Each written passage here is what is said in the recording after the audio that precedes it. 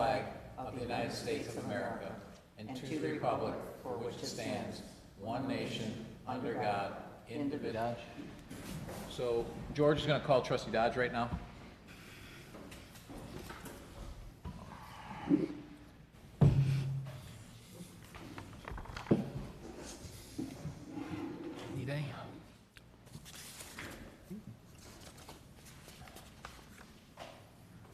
Do minutes while you're waiting, or? Sure. I'll entertain a motion to move to approve the minutes of the regular meeting of the Committee of the Whole of June 15th, 2020. So moved. Second. Any changes? Call the roll. Trustee Fenton? Aye. Trustee Katsinas? Aye. Trustee Calandrello? Aye. Trustee Healy? Aye. Trustee Milani? Aye. Mayor Pico? Aye. Motion carries.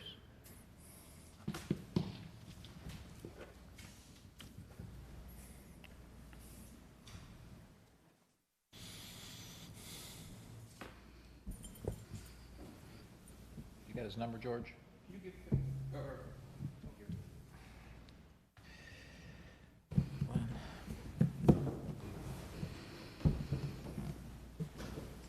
Seven oh eight. Just have it right down.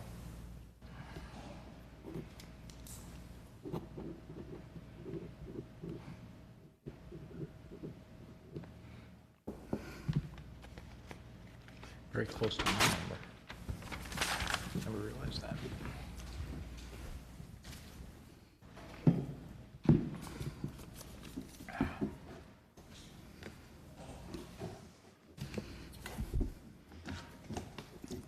He's not going to be able to see anyways.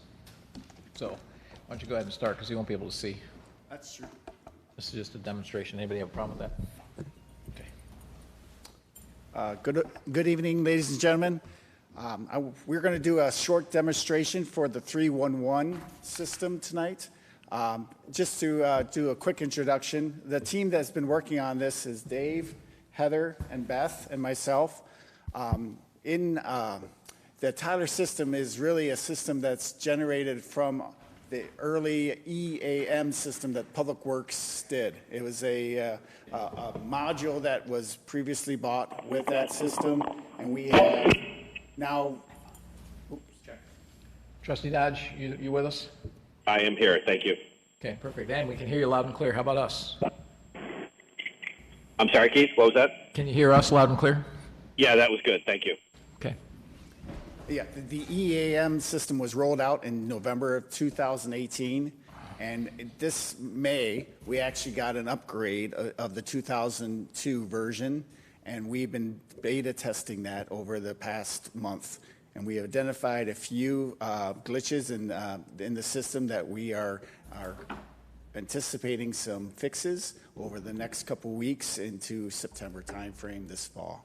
So with that, we're going to go ahead, and Beth is going to show you what the residents would see and how they would input a 311 work request into the system, which then comes to Public Works or another department here at the village. Thanks, Beth. Hello, everyone. I'm Beth Formello with the IT department. I'm going to give a short example or short demo of the 311 system. This will appear eventually on our website, so when a citizen would like to put in a request, instead of calling us, they can now go to the portal. There's two main ways that they can put in a request: anonymously, which there are only a very select few categories, mostly for code enforcement, that they can put in without registering. All of the other categories that they might put a request in, they'd have to register. So to do that, they would come in. To register, they would click on the sign in button, and the instructions are there. They would have to register. They would put in their first name, their last name, their email address, and they would pick a password. Once they click the register button, it will send them an email, so they have to confirm their email address. So for right now, I'm not going to finish going through that. I'll log in as myself. So they would just put in their email address that they registered with, put in their password, and then sign in. And then once they get here, they can see all their past requests and see their statuses. They can see the main topics. Again, these are the ones that they could request anonymously if need be. They would have a map that they would show all of their previous, if they had put a request in with an address, they would see the pinpoints of the addresses that they put previous tickets in. And then to make a request, if for one of the other topics that aren't up there, they can click on the make a request button over here. I know it's hard to see. Once they do that, they can pick all of the different topics. So we have many different topics depending on the department. They would put in the address, and for this example, I'm using City Hall or Village Hall, and a basic example of a pothole. So there is a pothole in the park or the parking lot.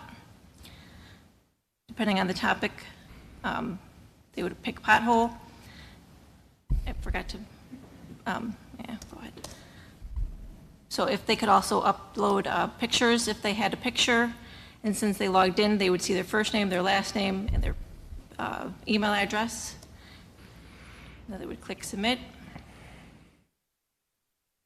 They would get a request number, and if they did supply their email address, they would also get an email saying, thank you for submitting your request, somebody will get back to you. And if they click OK, it'll go back to their main screen. So again, we could see that there's the new ticket that they put in. So right now, what this also happens is the department that the request comes into will also get an email. Whoever it's assigned to will get an email saying that the ticket is assigned to them. And then it will move over to the EAM system as a work order. Once it gets approved, it'll turn into a work request, and then it'll get assigned to somebody in the field, and they can use their mobile app to update it and close it. Once they close it, the EAM will talk back to 311, and 311 will then send them, the citizen, an email saying your request has been closed and has been completed. Again, this is just a very simple demonstration that they could put it in and get requests back and forth. Any questions? Beth, there's there's going to be a mobile app for residents as well, right? Correct. They are working on a new mobile app that is the reason why we went to this version of 311, and it won't be out until the fall. But we are now that we are on this version, we are prepared to go to the new mobile app once it's released. And will the mobile app be with our Orland app button? With any smartphone, anybody will be able to download the Orland Park 311 app, and they'd be able to make their requests and do a lot of other things through their app. And like Beth said, this is going to occur in the fall. They're still working out a number of bugs, and they're releasing patches here every 2 weeks. So when we are ready to go live, we want to make sure our product is 100%. But they're doing a lot of legwork in the background to get this to work. Mr. Chairman, Trustee Fenton? you said some of the complaints or whatever are only going to be anonymous. Why aren't all of them? We had talked to the different departments, and the consensus was they didn't want it. They wanted to know who was putting these requests in. It follows existing policy, so the ones that are anonymous are going to be anonymous through this 311 is existing policy at the village right now. So the three categories that are anonymous are code issues, right? Yep, code enforcement, yep. Right. But, and that's what we do now in the village. So if anybody calls, they can do an anonymous code enforcement. The other ones are going to require You said there were three. What are the other two? oh, There are three types of code enforcement. So it's restaurant and food sanitation, property maintenance and rentals requests, and then building permits and concerns. What about police? Like if you were happened to be calling on your neighbor, but it was a police matter? so we're not doing police through this right now. We can. I mean, if it's a police matter, obviously they should be going through 911. Well, if they felt it wasn't a 911, but was just thinking of. Yeah, they should be going to our normal police line, not through everything else. No matter if, even if it's not a 911, they should still go through the police? Yeah, because they have their protocols already set up for that. Okay, This is for, this will be non-police. okay. Yeah. Mayor Peacock. Trustee Dodge.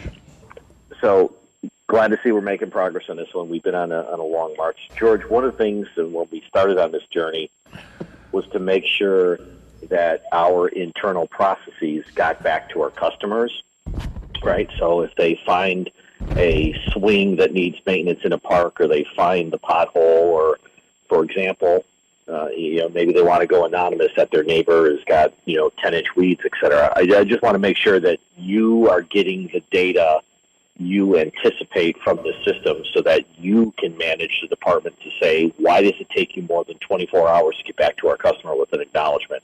That's in place, correct? I just want to make sure that put that out there. Yep, and that's the important part of this CRM system, is that we don't want things to fall through the cracks. And So, Joel's giving us a head nod over there that is happening, so.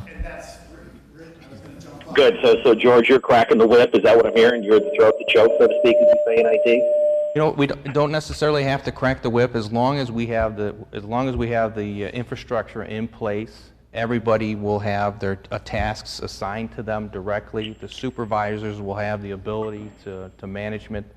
I know prior to, right now every department has their own protocol for how they manage this stuff. Some are spreadsheets, some are just pieces of paper. We're going to have a uniform system for that. And again, it's just to make sure that nothing falls through the cracks.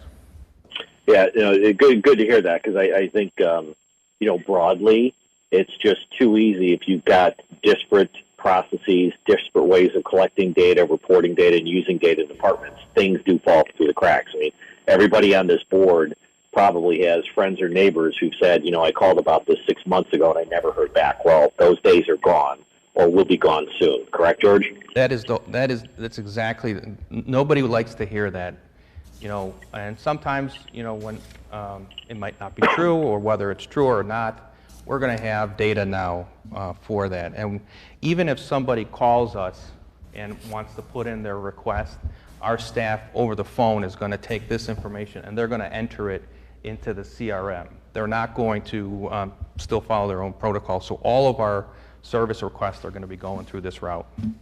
Well, great to hear. Mayor Pico, one other I guess maybe question for us is, George, I could see over time we'll have different use cases.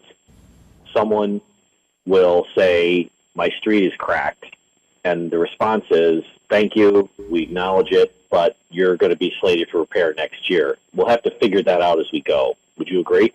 That's exactly it. So they're going to get a response, and if the response is not always going to be the response that they're going to want to hear, they're going to get a response that's going to say, if you're slated, if your road is going to be resurfaced in 3 years, they'll know that. But everybody will be responded to. Great. And Trustee Fenton was mentioning why did some have to log in and other people be anonymous? Well, the whole point of creating an account is so we can follow up. And so that the resident will improve two-way communication. So when that ticket gets worked upon and acted upon in the field, whether do it on their mobile phone or on their tablet or what have you, when that ticket is closed, that resident will receive feedback that that ticket was closed. If everybody went in anonymously, there would be no way to provide that type of feedback. Mr. Chairman? Trustee Healy. I have, as a member of the elder community, I have some very good friends who aren't very good with computers. There's two, because you said if they call on the phone, it'll be entered in that way. But if they wanted to talk to a live person, is there a telephone contact that'll go through on this too? Well, they'll call, like if they call my office or they call George's office or if they call Public Works, whoever's handling it on the phone will address the issue and they'll enter it in there so that we still have a record of it. I mean, if let's say Ed Lilo or someone like that is taking care of this problem, can they call him directly? Exactly. So they... Yeah. He doesn't answer. What's that number? So nothing's necessarily going to change from the resident. If a resident is used to calling and, and interacting that way, that's not going to change. Okay. So if they call Ed, if they call me, the only thing that's going to change then from the phone side is we're going to take that information and instead of putting it on a piece of paper, we're entering it directly into 311 so that that resident may not even have an email address, but from our standpoint, from staff's standpoint, we have a way to track this and to manage this. And to... So then you would get back to the resident because you would be the person entering the information. Yep. Or whoever is assigned, Right, somebody. whoever the ticket is assigned to. And so that's something else that happens in the background is not everybody's going to know what they're going to, they'll put down the wrong category and that'll happen. We'll have that audit trail. So when it comes through, and it's really a pothole issue, but they put down who knows what, it will get assigned to the right person. The resident the only way they're going to see that is if they log in, they'll see how it moves along in the process, but we're going to make sure it gets to the right person right away. And from my office's perspective, there's two things here. One is obviously making sure that we get it in the system and we can track it. We can make sure it gets done. It obviously saves multiple phone calls from our office to make sure that something got taken care of. On the flip side, it'll keep things from falling through the cracks, which does unfortunately happen from time to time, where we get calls and somebody didn't respond to a complaint, which we've all dealt with. On the flip side, we also have people who will call all six of us. And they will have already talked to 3 people at staff, and it has been addressed. They just didn't like the answer they received. And we will also be able to see and hear that this person was talked to, here was the solution, or here's what the person was told, so that we're not dealing with 7 calls. I would imagine that when the second person gets called and says, hey, we see in your system that you were called, this is what you were told, this is the situation, that we probably won't get 5 more calls. Mr. Chairman? Trustee Malani? Watching the demo, I'm happy to see this because this is something that I've been looking forward to for over a year now, being able to implement some kind of efficiencies in our processes. But there were a lot of touch points that were brought up. Is this an automated workflow? Like if I submit a work order, is there going to be a set of order queues basically that are going to be funneled to the right department automatically? Or is someone going to have to go in and decide that and then assign the work to people, or is it going to go to like the next person available? So that's a lot of the work that's going on in the background right now, is making sure that when they select their correct category, that it's going to the right person. And maybe Beth and Heather can talk about the work that they've put into that. Correct. Each request type, it has a person assigned to it and has a department assigned to it. So the department will get an email and the person it's assigned to will get an email. So it does depend. We want to avoid someone having to manually go in there and assign it to somebody. Right. So when if they select the right category, it'll go to that person. And even if they don't, the person that got it can see they're not the right person. They'll assign it to the right person. So they have the ability to reassign. Because, yeah, that's what I'm looking for, is like that instant access to my work, right? If I have 3 things assigned to me, I want to be able to jump on it right away. I know what I need to do next and take care of it. And the fact that it's being taken care of immediately, that takes a lot of the time out that we're probably, wasting with voicemail messages and things like that. Right. So it's good to hear. Thanks. Mayor Peacock? Trustee Dodge? Kind of building off of Trustee Malani's comments.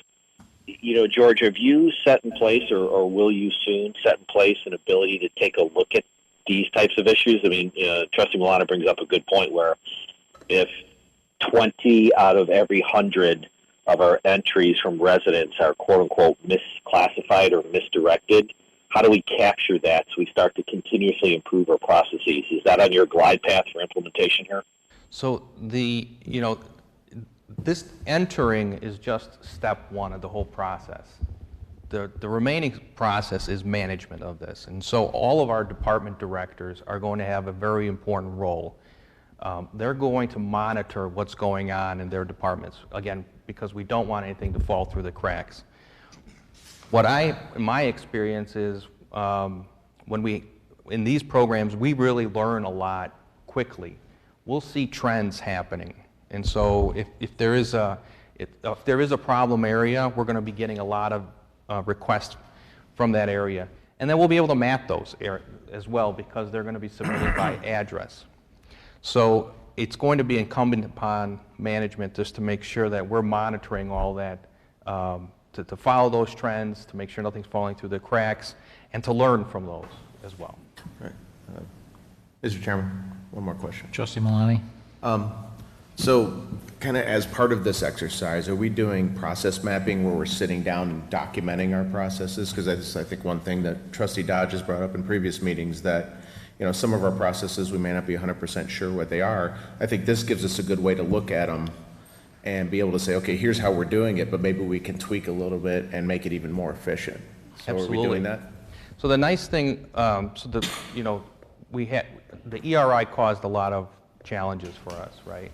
But the good thing is we're bringing in a lot of people with fresh set of eyes who, just because they're new to the process and because they don't have the necessary background on that, they're already doing those steps.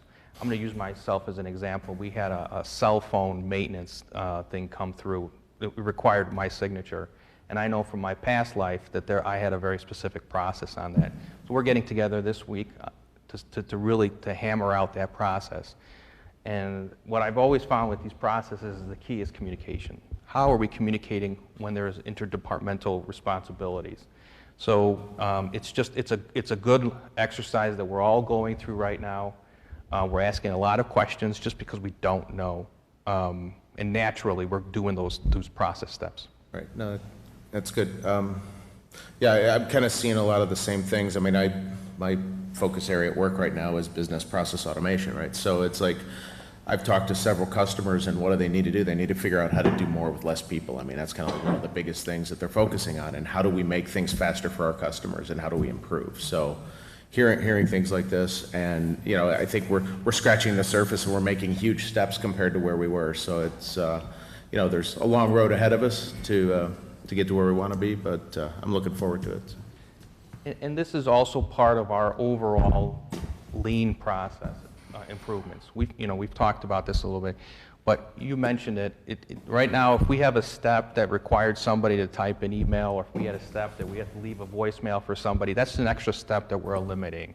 So we want to keep looking for those steps that we can eliminate so that we can actually focus on our priority missions. Any other comments? So you'll see this. We're going to go live anticipated in September. We have a short video as well to show you from Tyler. Okay. That's the last of it. Can you just cue up how did this video come up? Maybe Beth or Heather? I'm sorry, George, what did you ask? So how did we get on this video? So Tyler put together this marketing tool, and they essentially highlighted Orland Park's EAM system that we implemented in November of 2018, and they included us as one of the, I think, 5 or 6 cities nationwide. So we will go ahead and show you this video.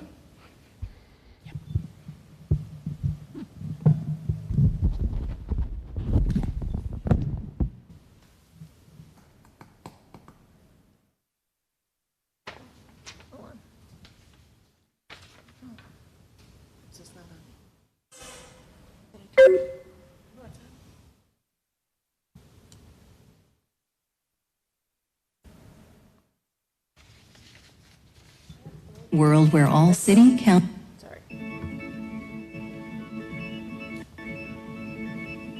At Tyler Technologies, we imagine a world where all city, county, and regional governments are connected through a healthy digital infrastructure.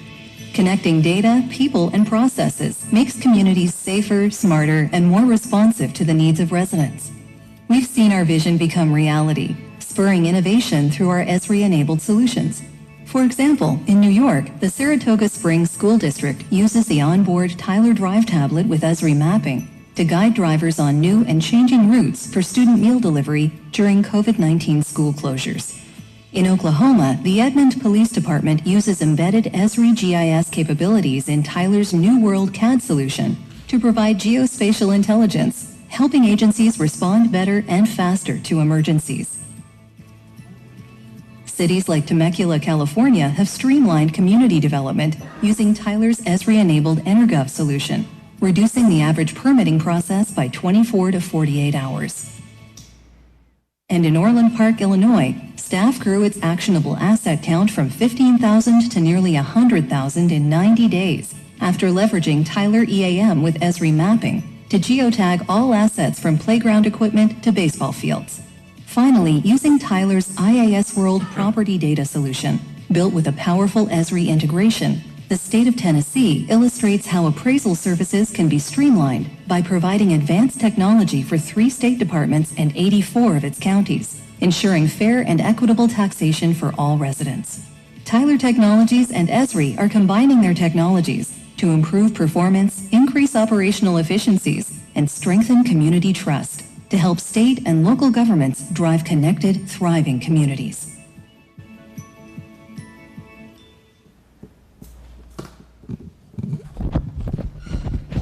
That's all we have for the 311. Okay. Ready? Yep. Updated social media policy? I'll entertain a motion to move to recommend to the village board to adopt the revised and updated social media policy as presented. So moved. Second. Do we have a presentation? We have a presentation.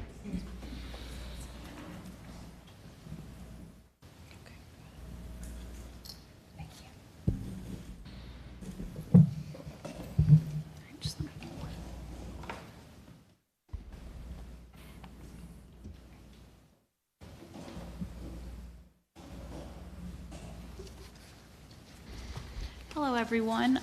My name is Mallory Maluzzi. I'm one of the attorneys at Kleinthorpe & Jenkins. I work with Dennis, and here to kind of go over some of the overview of the draft social media policy for your consideration. So the reason why we are adopting a social media policy is that social media pages are considered public forums in the law, meaning that they're subject to the First Amendment. Similar to this this committee of the whole meeting and your board meetings being limited public forums, open and subject to First Amendment, the social media pages are considered the same type of public discourse when a municipality or other government opens them up for communication between the government and the public. So that means that the village can't restrict speech just because it doesn't like the views or the message of the speaker.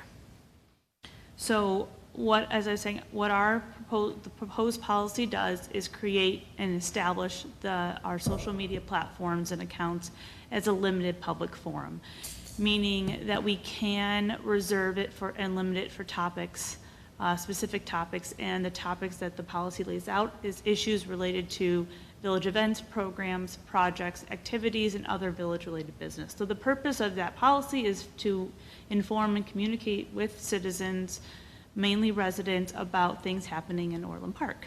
And that's the purpose of it. And with this policy, you're able to then restrict speech within those limitations of the forum. A good example is, again, a village board meeting is a limited public forum where people who come to speak you establish rules on public comment about what the topics are that people can speak on. And it's different than, for example, your traditional public forums of standing on a sidewalk or in a park being able to talk about whatever you want, whatever an individual wants. So it's within those confines. And this policy gives us that structure and framework to clearly identify for the village and for participants what the rules are and what is and is not appropriate. This policy is there's 2 policies for consideration. One is for use by the public, and then one is for the village's use of its accounts. This is separate and apart from employees' private use of their own social media. That is handled within the employee handbook. So that's a different issue, and this would just be letting the public know what's appropriate in the limited forum, and then setting up their own village procedures for how it will be posting information on the accounts. So there are 10 restrictions of content in the policy of what would not be allowed. These are ones that have been tested throughout the courts across the country. They're common. ones that you've seen in other places, cannot be discriminatory, can't be political campaigning, can't be encouraging illegal activity, defamatory. One that is common is the comments need to be related to whatever the particular post is. So again, similar to if you allowed, or a municipality allowed comments on agenda items by the public, someone couldn't stand up and start talking about something completely unrelated to that agenda item. So it would be similar to that. So these are kind of what governs the conduct and what can and cannot be restricted by staff who are monitoring and maintaining the social media policy. This notice, including these, would be posted on the social media accounts in a prominent, consistent place so that everyone in the public is aware of what is and is not allowed. So we would work on, if this is approved, it would be work on updating those social media accounts so that would be available. Depending on the platform, this could actually be posted, or a direct link to the policy would be provided. Whatever one is more applicable for that platform, given some space concerns. So this would allow, again, the village to remove or hide comments that violate the content parameters. Again, unfortunately, the First Amendment allows for a lot of unpleasant speech, and we can't just restrict speech because it's not nice or impolite. A lot of speech has to be let through under the First Amendment. And so that's just a reminder. I do have some examples of some other, this is the village's Instagram account from several years ago. You can see here that there was a negative comment about a new parking structure. One was positive and one was somewhat negative, and both remained as would be appropriate. I also included an example from Orland Aurora Police Department. This was a post, and they pretty much keep everything. So I wanted to kind of go through some of these examples of what maybe we could allow and what could be removed under the proposed policy, because they leave everything up. So it would be some good comparisons. And I would advise and state that if it's in the gray area, it's always better to leave it up, because even if it's somewhat unpleasant or somewhat offensive, if it's right on that gray line, you want to err more on the side of First Amendment than restricting the speech, just to be safer. So on this one, this was a post originally about food pantry availability hours, and updated to state that it reached capacity. And as you can see, one of the comments there talked about people complaining about the food pantry being a burden. It does have an acronym for some vulgar language, but doesn't spell it out. And then the comments following that are similar in and about it, either commenting on people going to food pantries, and their views on government and people who maybe use government services. These are all related to the post, as in the food pantry and the discussion on it. None of it really gets into discriminatory content. It's a lot of opinion back and forth on different people. So this would likely remain on the page as it did here. There's nothing that really violates the policy, even though it might not be everyone's opinion, and it might, offend some people as well. You start getting into more here, and you can see that people start making, this was posted, a couple weeks ago, so it was during the time of a lot of the protests. And you can start getting here, someone posted a comment about a protest for Elijah McClain. This would be unrelated to the post about the food pantry. This is where, while that post in and of itself, asking to explain the following and posting a news article, is nothing in itself is offensive or anything inappropriate, it is not in the correct place because it's not related to the post itself. So that could be removed under the policy for that reason. And we would explain to the commenter that is why it was removed based on that policy. Again, at the bottom here is this Donna Ann person who is making a comment and questioning about complaint reports. Again, not related to the post. In fact, this person copy and pasted this on every single post, recent post by the police department. Again, trying to communicate and get the message across. In the policy, it does lay out the different procedures and ways and limited ways for staff to respond to comments. And we tried to emphasize that easy factual responses, directing them to the correct department. If it's an easy question like what time are classes or is there still space available, answering those questions are appropriate, but mainly just addressing it to the right person. That can be offline and not engaging in back and forth on social media with residents that could turn into something more combative. So in this case, if this post was hidden, that person could be messaged with the appropriate contact person for their inquiry and letting them know that it necessarily wouldn't be appropriate for this post because it wasn't related to the content of the post. So those are some examples here, because pretty much everything on this part starts getting unrelated to the food pantry itself. And so that's where a little more of the discretion is, because it's, again, limited to the topic.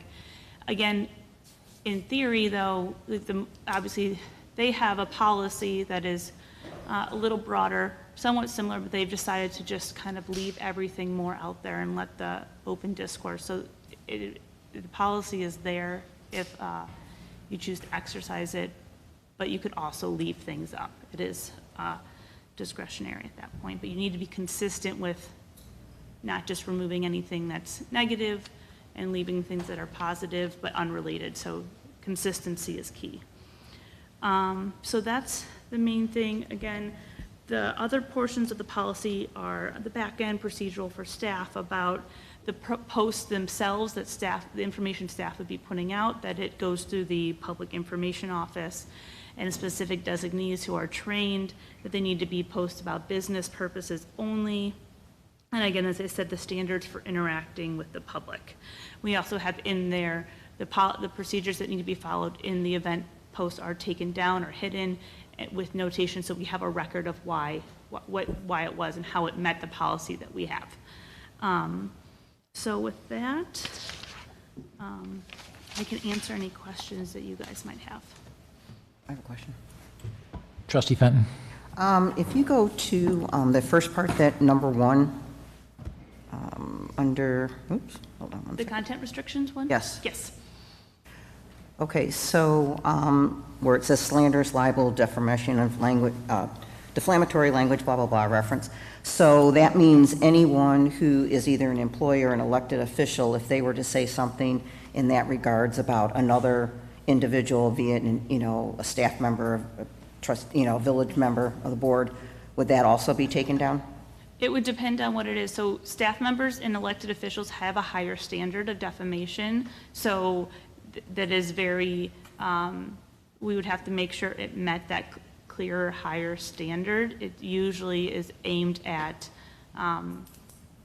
like responding to a comment by someone and attacking that character. But if it was a clear defamatory one, again, if it's in the gray area, the error is always on the side of not restricting speech. But if it meets that, it can meet it for staff and elected officials, but they are held to a higher standard of defamation. It has to be defamation per se. So they really shouldn't be doing it?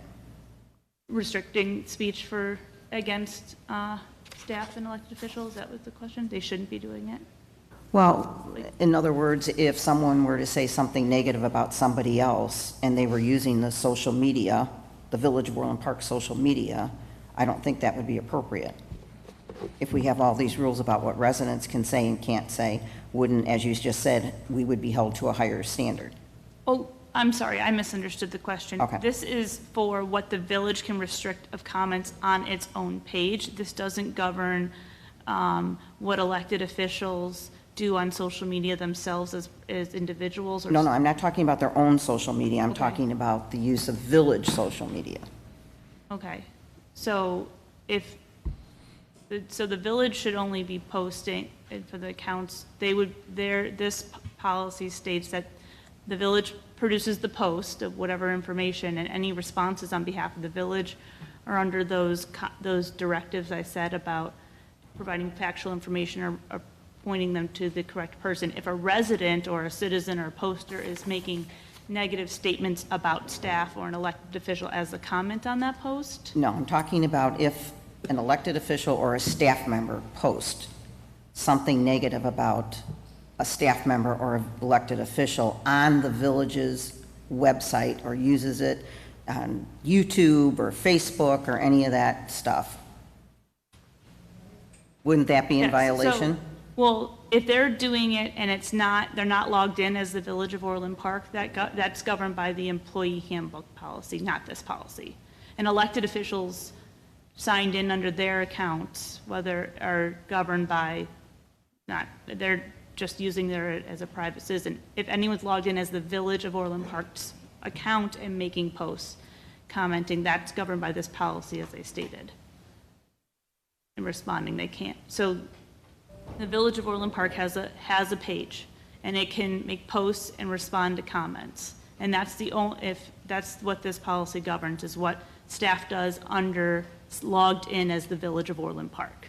If a staff member goes home and logs in on their personal one and responds to a comment on the Village of Orland Park, but logged in as That's their personal stuff. I'm not worried about anybody's personal stuff. Okay, so staff can only post on behalf of the village pursuant to this policy. So there should not be any negative comments posted by a staff member logged in as the Village of Orland Park, because this policy states they're only answering questions and directing people to the correct staff or making the original post. That's what the policy has, if they're logged in as the village. Trustee Cotton, I think what you're asking is if an elected official logs in as themselves to the village's Facebook page and makes a comment that's slanderous, it would be treated the exact same way that it's held to the same standard. Okay.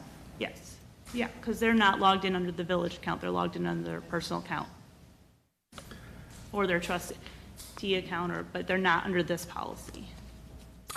Mr. Chairman? Trustee Healy? If a post, it says here that a post is deemed in violation of the policy, who's doing the deeming? The Public Information Office. And if someone wanted to appeal that, your decision, is there a process for that, or they're just... So there's not a written appeal process, but they would be notified of it and the reasons why, and they could always respond, explain, and if, so for example, if there's something in the post that is,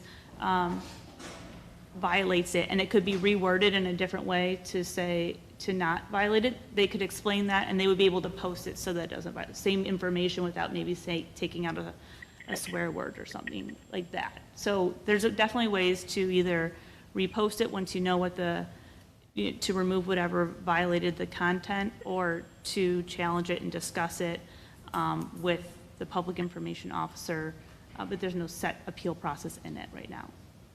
There's a messaging system set up on all our social media pages where it says contact us or send us an email so they can reach out to us. But there's also a situation where we wouldn't reach out to them, and that's on some of our social media. We have words that are automatically blocked. So, foul language, that's automatically blocked by the server itself. You just set it like that, so they wouldn't get contact. Okay. But should they contact us, we will explain exactly why. And we keep a record of everything that we removed and a note as to why we removed it. Well, if there's a habitual person who keeps getting knocked off for one comment after another, it's just it's hard to judge. I just hope you're not there out on alone. You'll have the support of management over you for your decision making, so. Yeah, as long as it doesn't violate anything in the policy, it stays up there. If it's, repetitive, that's just something we know. Thank you. Mayor Peacock? Trustee Dodge? A question for the attorney. So you mentioned that the courts have upheld that this is a public forum, and so this policy then would create this as a limited public forum in order to govern according to some of the court-tested rules. That's essentially the gist of this, correct? Yes. Okay. Has this idea of us as a governmental agency been upheld in court in terms of a limited public forum? As in the village being a government agency? Yeah, well, we are a government agency Yes. for sure, but the idea of a limited public forum, other governmental entities have done this, correct? Yes. Okay. And in fact, most of the cases tend to be, it's definitely been within units of government, but it's also been held for individual elected officials, like official pages. The most recent public one being President Trump and his blocking of users on Twitter. And that was one that, again, established that it was a limited public forum, even for an elected official. And so it definitely extends to a government agency or a body of government itself. All right, thank you. And then I think, pivoting off of Kathy's questions, if someone goes on to these sites and they disagree with the decision we've made, that's certainly hallelujah to democracy, First Amendment, and all that. If it starts to become a bit more, I don't know, assertive, aggressive, slanderous, libelous, damaging, etc., that's then when we can start to react. Do I understand this correctly? Correct. Okay. Yeah. And what you've also seen is that in other places, they simply just let it flow because, there's more than a few quotes on the First Amendment. If someone is really vile or low, nasty, or perhaps stupid, then the best thing to let them do is keep opening their mouth. And so this is simply a way to try and regulate that on a public forum, right? So, we could go either way on this one. You let them flap their jaws and prove themselves to be a difficult person, or we limit it, correct? Correct. Okay. Yeah. Any other comments? Call the roll. Trustee Malani? Aye. Trustee Healy? Aye. Trustee Fenton? Aye. Trustee Dodge? Aye. Trustee Calandrello? Aye. Trustee Katsinas? Aye. Mayor Pico? Aye. Motion carries. Any citizen visitors speak at the committee of the whole? Nothing? Okay. I'll entertain a motion to adjourn. So moved. Second. Call the roll. Trustee Fenton? Aye. Trustee Dodge? Aye. Trustee Calandrello? Aye. Trustee Healy? Aye. Trustee Katsinas? Aye. Trustee Malani? Aye. Mayor Pico? Aye. We'll reconvene the board meeting in about 11 or 12 minutes.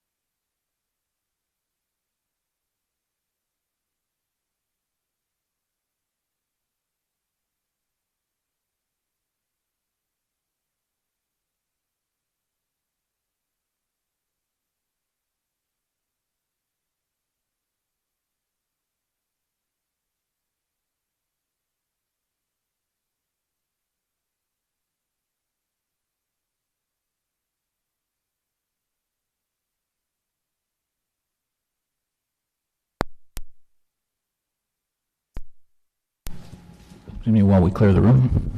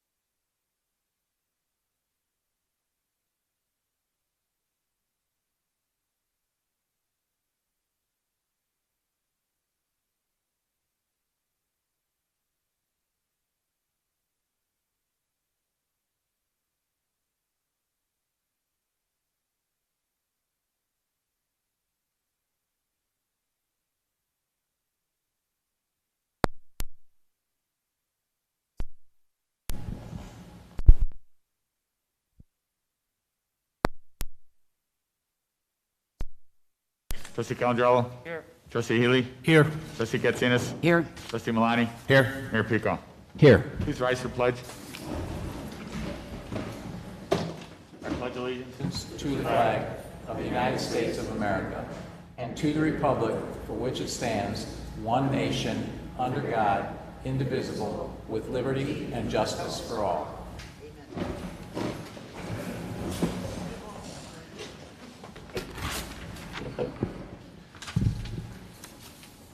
Approval of June 15, 2020 regular meeting minutes.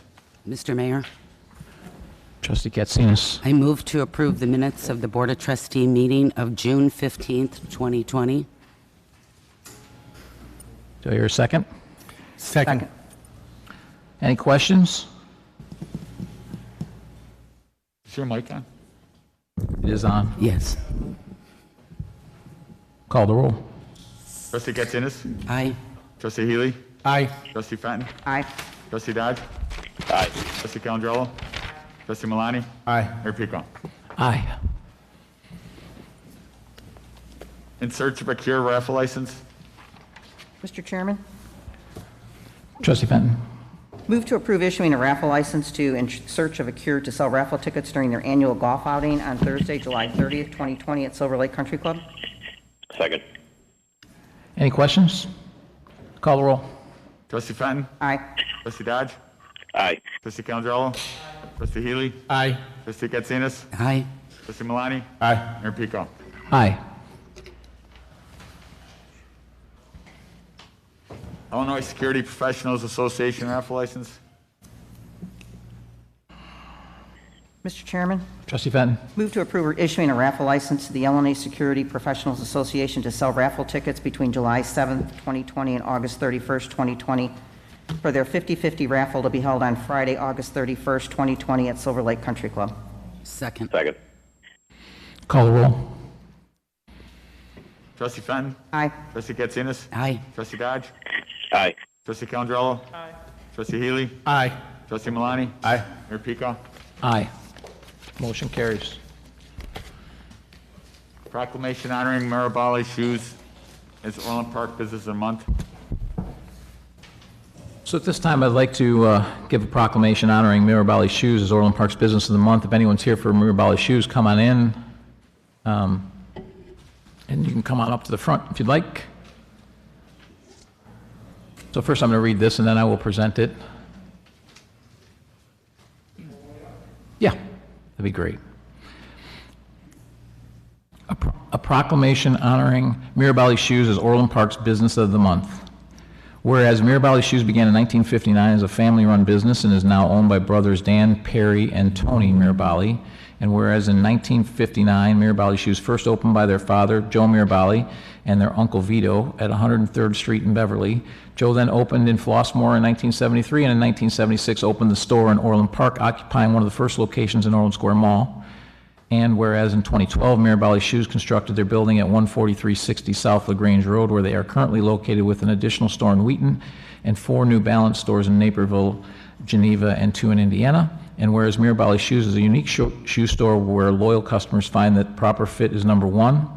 All of this due to their dedicated staff of knowledgeable salespeople who have been with Mirabali Shoes for the past 30 plus years. And whereas Mirabali Shoes is known for selling everyday comfortable shoes for both men and women with quality name brands such as New Balance, Clarks, and Johnson & Murphy. And whereas Mirabali Shoes specializes in helping active adults and health-minded people in finding the proper fit and size, along with offering a variety of arch supports. And whereas Mirabali Shoes carries many sizes and widths, men's to 17 and women's to 12.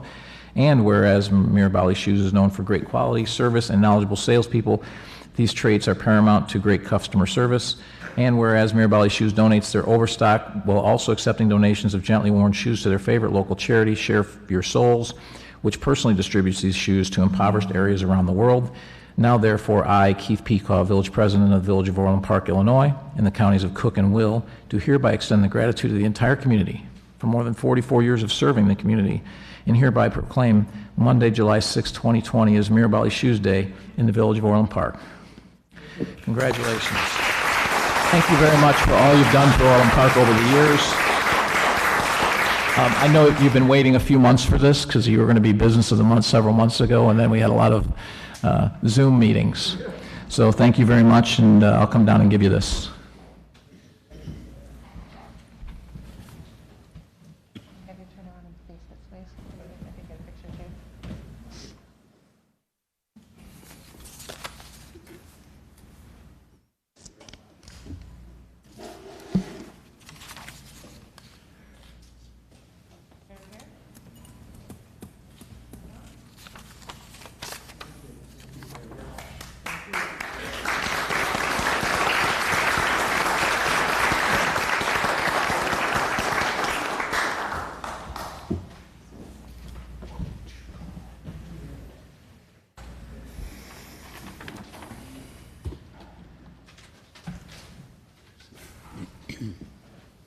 Another one? Okay. Accounts payable from June 16, 2020 to July 6, 2020. Mr. Chairman, Trustee Healy? I move to approve the accounts payable from June 16th, 2020 to July 6, 2020 in the amount of $3,254,805.90. Second. Any questions or comments? Call the roll. Trustee Healy? Aye. Trustee Fenton? Aye. Trustee Dodge? Aye. Trustee Calendaro? Aye. Trustee Katsinas? Aye. Trustee Malani? Aye. Mayor Pico? Aye. Consent agenda? Consent agenda, item A, payroll for June 26, 2020, approval. Item B, Park Pavilion Installations, RFP 2019 award. Item C, 143rd Street at John Humphrey Drive, Phase 1, Engineering Design Services, Patrick Engineering Contract Extension Supplement Number 1. Item D, Budget Adjustments, third quarter 2020, Number 1. Approval. Item E, Resolution amending the 401A Sick Time Buyback Program Adoption Agreement. Item F, Online and Interactive Voice Response, Credit Card Processing Fees for Development Services. Item G, Ordinance amending Appendices A and B to Ordinance Number 5523. I will entertain a motion to approve items A through G of the consent agenda. So moved. Call the roll. Trustee Dodge? Aye. Trustee Calendaro? Aye. Trustee Fenton? Aye. Trustee Healy? Aye. Trustee Katsinas? Aye. Trustee Malani? Aye. Mayor Pico? Aye.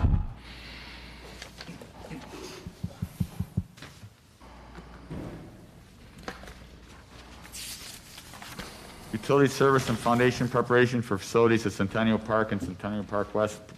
Mr. Chairman, Trustee Fenton. move to approve awarding sole source contract in the amount of $100,375 plus a 3% contingency of $3,011.25 for a total not to exceed $103,386.25 to Aries Inc., Tinley Park, Illinois, for water and sewer service extension work and plumbing connections.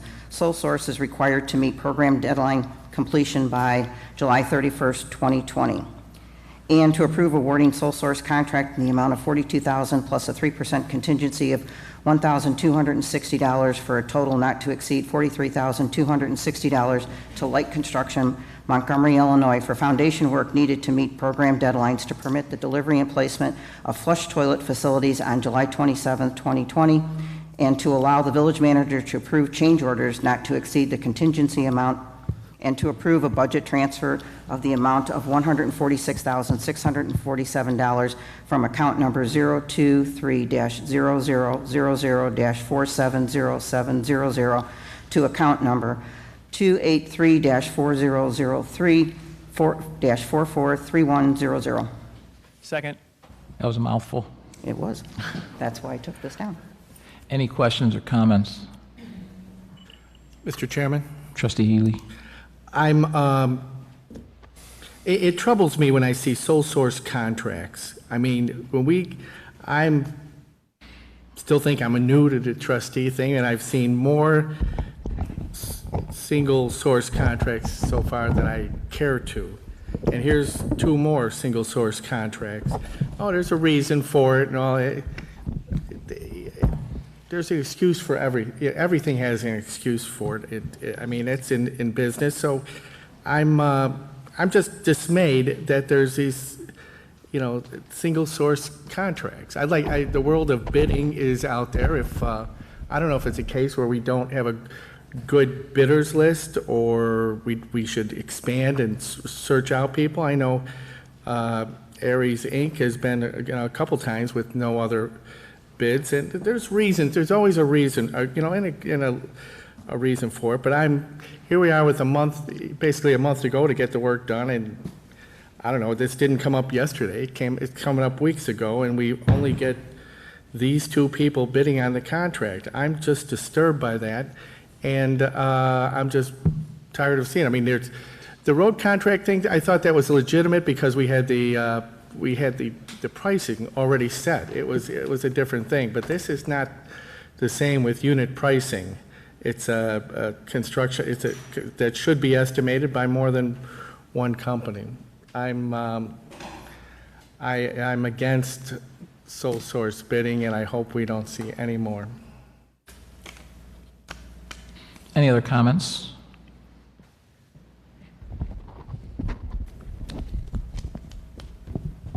I agree with you, Trustee Healy. I think this, and George, you can correct me if I'm wrong here, but I think this was a mistake that was made by somebody who has since retired, but it was a mistake, and unfortunately now we're in a time crunch. Is that accurate? Yeah, that's correct. So this is a time-sensitive project to get delivered. It was actually originally not part of the programmed budget, so that was a later amendment. That's correct that there's an individual that has since retired from the village that put these projects together and neglected a couple of components. In one case, neglected the utility component. That's the Aries portion of this project.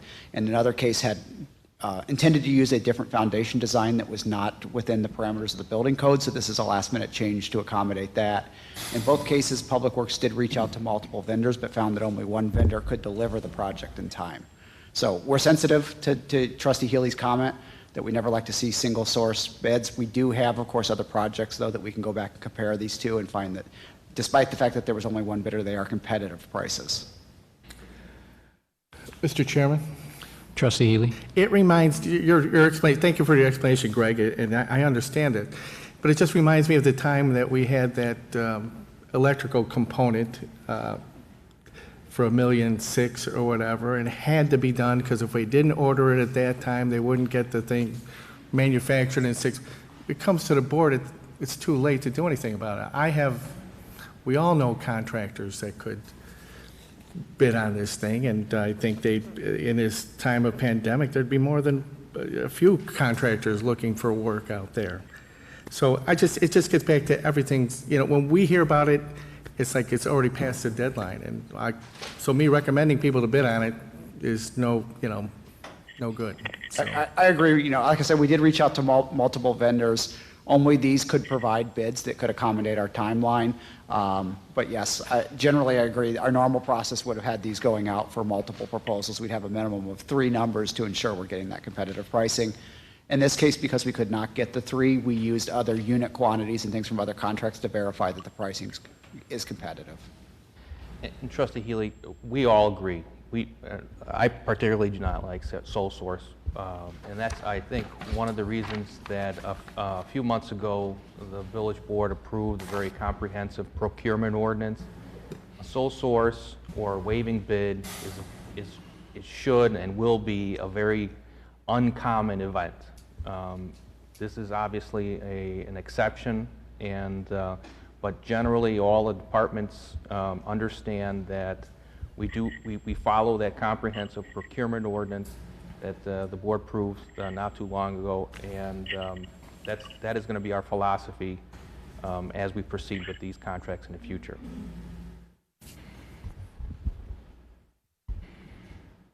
Mayor Pico? Trustee Dodge? So I'm glad we put the policy in place. We'll take it on faith that staff is going to continue to push in a direction where we don't have these last minute have to get it done, and there's only one contractor or manufacturer who could provide the equipment. So certainly agree with the spirit of that. I just want to basically say, over the years, we, the Village of Orland Park as an entity, have gone to Aries more than a few times, and they've done great work for us. I'm pretty sure it's competitive price, but it needs to be stated. Any other comments? Call the roll. Trustee Fenton? Aye. Trustee Calandrello? Aye. Trustee Dodge? Aye. Trustee Ely? No. Trustee Katsinas? Aye. Trustee Malani? Aye. Mayor Pico? Aye. Motion carries 6-1. Bless you. Megan Nicole Ridge, development petition for site plan, landscape plan, rezoning, subdivision variance, subject to annexation. Before we make the motion for this, Greg or George, could you, or Ed Lilo if he's here, could you give us the what's different from this versus the committee of the whole discussion that we had, so we know which motion to move forward with? Okay. So generally at the project location is 88th Avenue and Beverly, or 80th Avenue and Beverly Lane.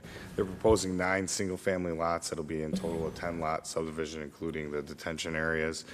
And since the committee of the whole meeting, they have reduced the lot size of lot 7, which has allowed them to come into compliance with our high water line setback from the detention area on the north end of the property. On the south end of the property, they're still requesting a variance from 25 feet to approximately 15 feet. That is, just to explain that, when you're requesting a variance, they are looking for the minimum amount to come into compliance or to achieve the intent of the code. On the south end of the site, if they request a variance for the high water line, that allows them to meet our minimum lot sizes for those lots directly adjacent to the pond. If they were to meet the high water line setback, they would change that out for a variance in terms of lot depth. So just to explain the change, they've done what the committee had requested in reducing that size of that lot. As a result, they have met the setback for the high water line on the north end. On the south end, it would be more difficult to do, but it's a change from one to the other. So it's either a high water line setback, or it's loss of lots, or a lots dimension lot setback. So there's a couple things to consider there. They are still requesting, so the size of lot 7 has been reduced from 17,392 square feet to 15,218 square feet, and they've reduced the width as well. In addition to that, one of the things that you'll notice is that they are still requesting a pond slope setback from 4:1 to 3:1. Based on a review by our engineering consulting and our engineering division, they are in support of that should the variance be granted by the village board. Obviously, it's up to the village board of whether or not a variance is approved, but the design that they've proposed, assuming the variance, would be acceptable for our engineering division. And they also agreed to take, So, yeah, so all of the pond will be privately maintained by a homeowners association. In addition to that, if the homeowners association does not take responsibility or for whatever reason disbands, the village will be implementing a fallback special service area that allows us to call on that, make any necessary improvements, and tax the residents that would be a part of this development appropriately and evenly to cover the cost of whatever we would have to mitigate. okay. Is there anything to add, George or Greg? Yes. Nope, I think So if I can summarize, they made a few of the changes we requested, not all of them, but they also took ownership of the pond and the maintenance, Right, which and is that's, I guess, where you make some changes somewhere that affects everywhere else on the development. So at the point that they were at, if they were going to make additional changes, it may cause a full redesign, but at this point, they've requested the minimum amount to come into compliance with our code, and then obviously requested the variance from the board. correct. And anything? Okay. There's two separate motions here, so someone can make one of them. One is to deny this, and one is to accept it with the changes that have been made, including them taking ownership of the pond and the as well as the SSA. Mr. Mayor, Trustee Katsinas. may I just ask Ed Lilo a question? Sure.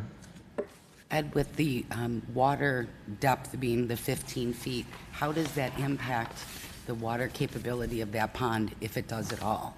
So that's any issue with? So this is a variance that the village has looked at in the past and has granted, and it doesn't impact the amount that the pond would hold. It's mainly separating the high water line of the pond, what's ever anticipated at the highest that it will be, from either property lines or other structures. So it's not impacting how much it can hold, it's impacting the distance from development. Understood, okay. And then the ratio is really a cutting issue too, a maintenance issue. Right, so the amount that we have, that we always account for an 8-foot wide maintenance strip so that we can access it. Any additional obviously would impact, we don't want any impact on the adjacent land or the areas near the homes, but having extra space is never a problem in terms of when we have to maintain areas or get access to them, really. So the more the merrier in that respect, but also we want to accommodate the appropriate size development. Thank you. Mayor Peacock? Trustee Dodge. Just could staff touch briefly on how the conditions here, so that those residents in the future understand they are financially responsible for that pond? How do we execute that? How do we make sure the SSA is in place? Well, Currently, the property would be under single ownership, so it will be established under the existing developer. But in the future, the specific development agreement, the SSAs, all of those will be recorded against each property, so they'd be aware via that mechanism. If there's other ways to notify them that the village board sees fit, then we can also investigate that as well. Mayor Peacock, that's fine. I just want to make sure that, it's in the record for future homeowners. If they buy 20 years from now, it'll be in the title search, so they'll understand they have an obligation if that pond is not maintained properly. Just want to make sure we're thinking this forward. Correct, and I think as the village moves towards this becoming sort of our standard practice, we'll be presenting before the committee of the whole coming up here on the privatization of ponds, which would entail exactly what I'm talking about in this development. And as that becomes more commonplace, more and more as residents buy in, that will be sort of they'll understand it further, I think. So it'll be a PR push on our part, but also we'll have that information recorded against the property. Mr. Chairman? Trustee Fenton? Mr. Lilo, what about that Lot 7 with all those variances? How is that house that's going to be built on there, is the square footage going to be different, or is this lot going to look really out of place? So the variances are in regards to the setback, and the Lot 7 was oversized to begin with. So Lot 7 is still compliant, and the house will match the character of the area. It's a third of an acre, so it's a pretty big lot. Yeah, so it's compliant with the remainder of the code requirements. Okay.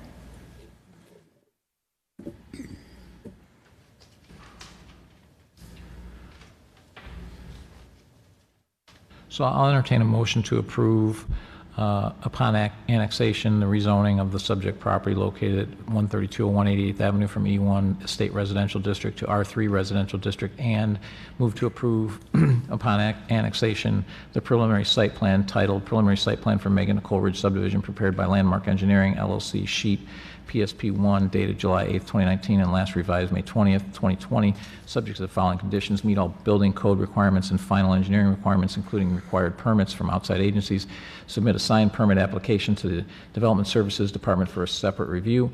Signs are subject to additional review and approval via the signed permitting process, and additional restrictions may apply. All proposed single-family homes shall conform to all village codes and ordinances, including the bulk requirements of the R3 Residential District per Section 6-204 of the Land Development Code and the Building Code. 4, the detention pond shall be privately owned and maintained by an established homeowners association. 5, a special service area, SSA, shall be established to assure that privately owned detention pond will be maintained to village standards in the future as finalized at the time of the annexation agreement. And I move to approve upon annexation of the plat subdivision titled Megan Nicole Ridge prepared by Landmark Engineering, LLC, subject to the following conditions: submit a record plat of subdivisions to the village for approval, execution, and recording. And I move to approve upon annexation of the preliminary landscape plan titled Megan Nicole Ridge Subdivision Landscape Plan prepared by Clarence Davids and Company, PC sheet 1 through 5, dated April 11th, 2019, and last revised May 26, 2020, subject to the following conditions: submit a final landscape plan meeting all village codes and all required supporting documentation addressing all outstanding landscape items in conjunction with the final engineering submittal. Provide the maximum cash in lieu amount required for tree mitigation for projects less than 10 acres in size per Section 6-305.f.3 and is finalized at the time of the annexation agreement. Provide cash in lieu of parkland donation as finalized at the time of the annexation agreement. And I move to approve upon annexation of the following variances subject to the same conditions outlined in the preliminary site plan motion. 1, reduce the required detention pond setback and landscape area from 25 feet to as little as 15 feet, Section 6-409.e.18, Section 6-412.d.1, Section 6-305.d.8.b. 2, to allow for an increase to the slide slope of the pond from 4-to-1 slope to 3-to-1 slope, Section 6-409.e.18.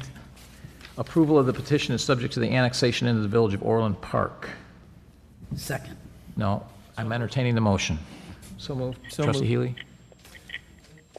So moved. And Trustee Calandrello seconds. I know you guys didn't motion it because you wanted me to say that mouthful. It's your turn. Okay, any other comments on this? All right, call the roll. Trustee Ely. Aye. Trustee Calandrello. Aye. Trustee Fenton. Aye. Trustee Dodge. Aye. Trustee Katsinas? Aye. Trustee Malani? Aye. Mayor Pico? Aye.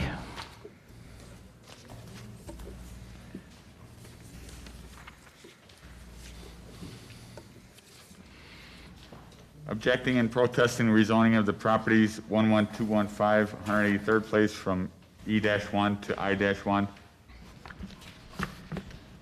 Mr. Chairman, Trustee Malani? resolution number, please. 2034.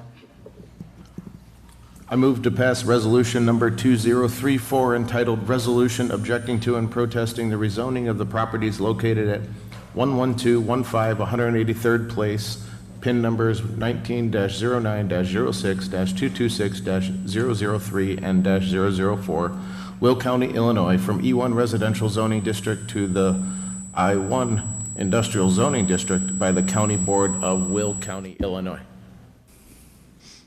Second. Greg, can you please give us a summary? Sure. This regards an existing truck service facility located on these properties. It was previously in Mokina, has been disconnected. It is in Will County, as well as a lot next door that they're seeking to rezone to also permit that use. They had previously met with the village in regards to this. They met with the planning staff to discuss rezoning of this property and possible incorporation of the village of Orland Park, subsequently decided to file. Can I ask you to leave if you're not sitting in a chair? I will call you in here to speak at the appropriate time. Please don't make me ask again. They did subsequently file in Will County for this rezoning. It's inconsistent with our comprehensive plan, even though it is outside the village. It's within our planning boundary and is inconsistent with our planning for the area.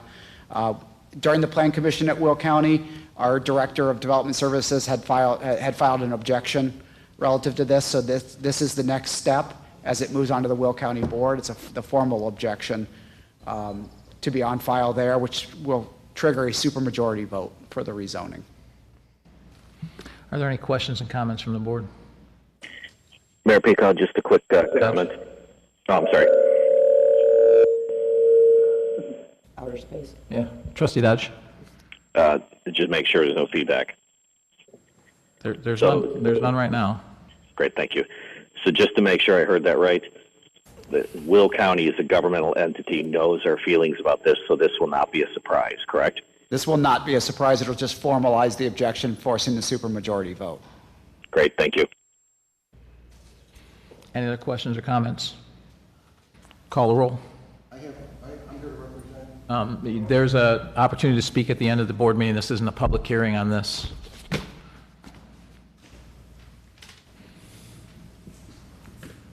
Call the roll. Trustee Malani? Aye. Trustee Healy? Aye. Trustee Fenton? Aye. Trustee Dodge? Aye. Trustee Calandrello? Aye. Trustee Katsinas? Aye. Mayor Pico? Aye. Discontinuation of after-school Pels program.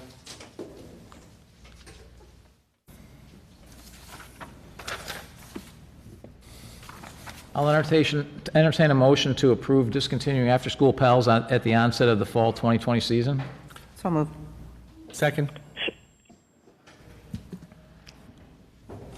Any questions or comments? Mr. Mayor, Trustee Calandrello. I just want to confirm, I read the staff report, but I know I have residents asking me about this. So the school district has increased their after-schools and before-schools program, so that's why we're cutting the program. So it's still the services out there, but it's just, there's an overlap. Now we want to get rid of the overlap. That's exactly it. The school district has, they had an after-school program previously. They've substantially enhanced it now. Every elementary school building will have this program. It will be now run by the school district. Prior to this, they had it through a contractor. So this is, we're competing in the same service arena. And this is just a better program since all our students are District 135 students as it is. And we will be eliminating one of the liabilities, which is what we've been doing, is we've been transporting the students from the school. So now they'll have on-site before and after school program. Ours is only an after school program. And they'll also be offering camps during legal holidays, which is something we don't do. So they've got a really good program in place, so it just doesn't make any sense to duplicate that effort. Okay, I just want the public to know that we're not canceling. So it's a duplicative service as well as bus liability that we no longer have to deal with. So I understand. Then just can we make sure we contact all the families that do the after school so they know that they have to go to someplace else? Yep, that's Point in the right direction. Absolutely. Thank you. Yeah. Mayor Pico, Trustee Dodge. glad we're doing this, and to pivot off of what Trustee Calandrello said, I think some extra communication here would be helpful. Absolutely. Okay. Any other questions or comments? Call the roll. Trustee Fenton? Aye. Trustee Healy? Aye. Trustee Dodge? Aye. Trustee Calandrello? Aye. Trustee Katsinas? Aye. Trustee Malani? Aye. Mayor Pico? Aye. John Humphrey Complex renovation, Phase 2 change order. Mr. Chairman? Go ahead. Trustee Healy. I move to approve the John Humphrey Complex renovations, design build, Phase 2 change order. Second. Any questions or comments? Call the roll. Trustee Healy? Aye. Trustee Fenton? Aye. Trustee Dodge? Aye. Trustee Calandrello? Aye. Trustee Katsinas? Aye. Trustee Malani? Aye. Mayor Pico? Aye.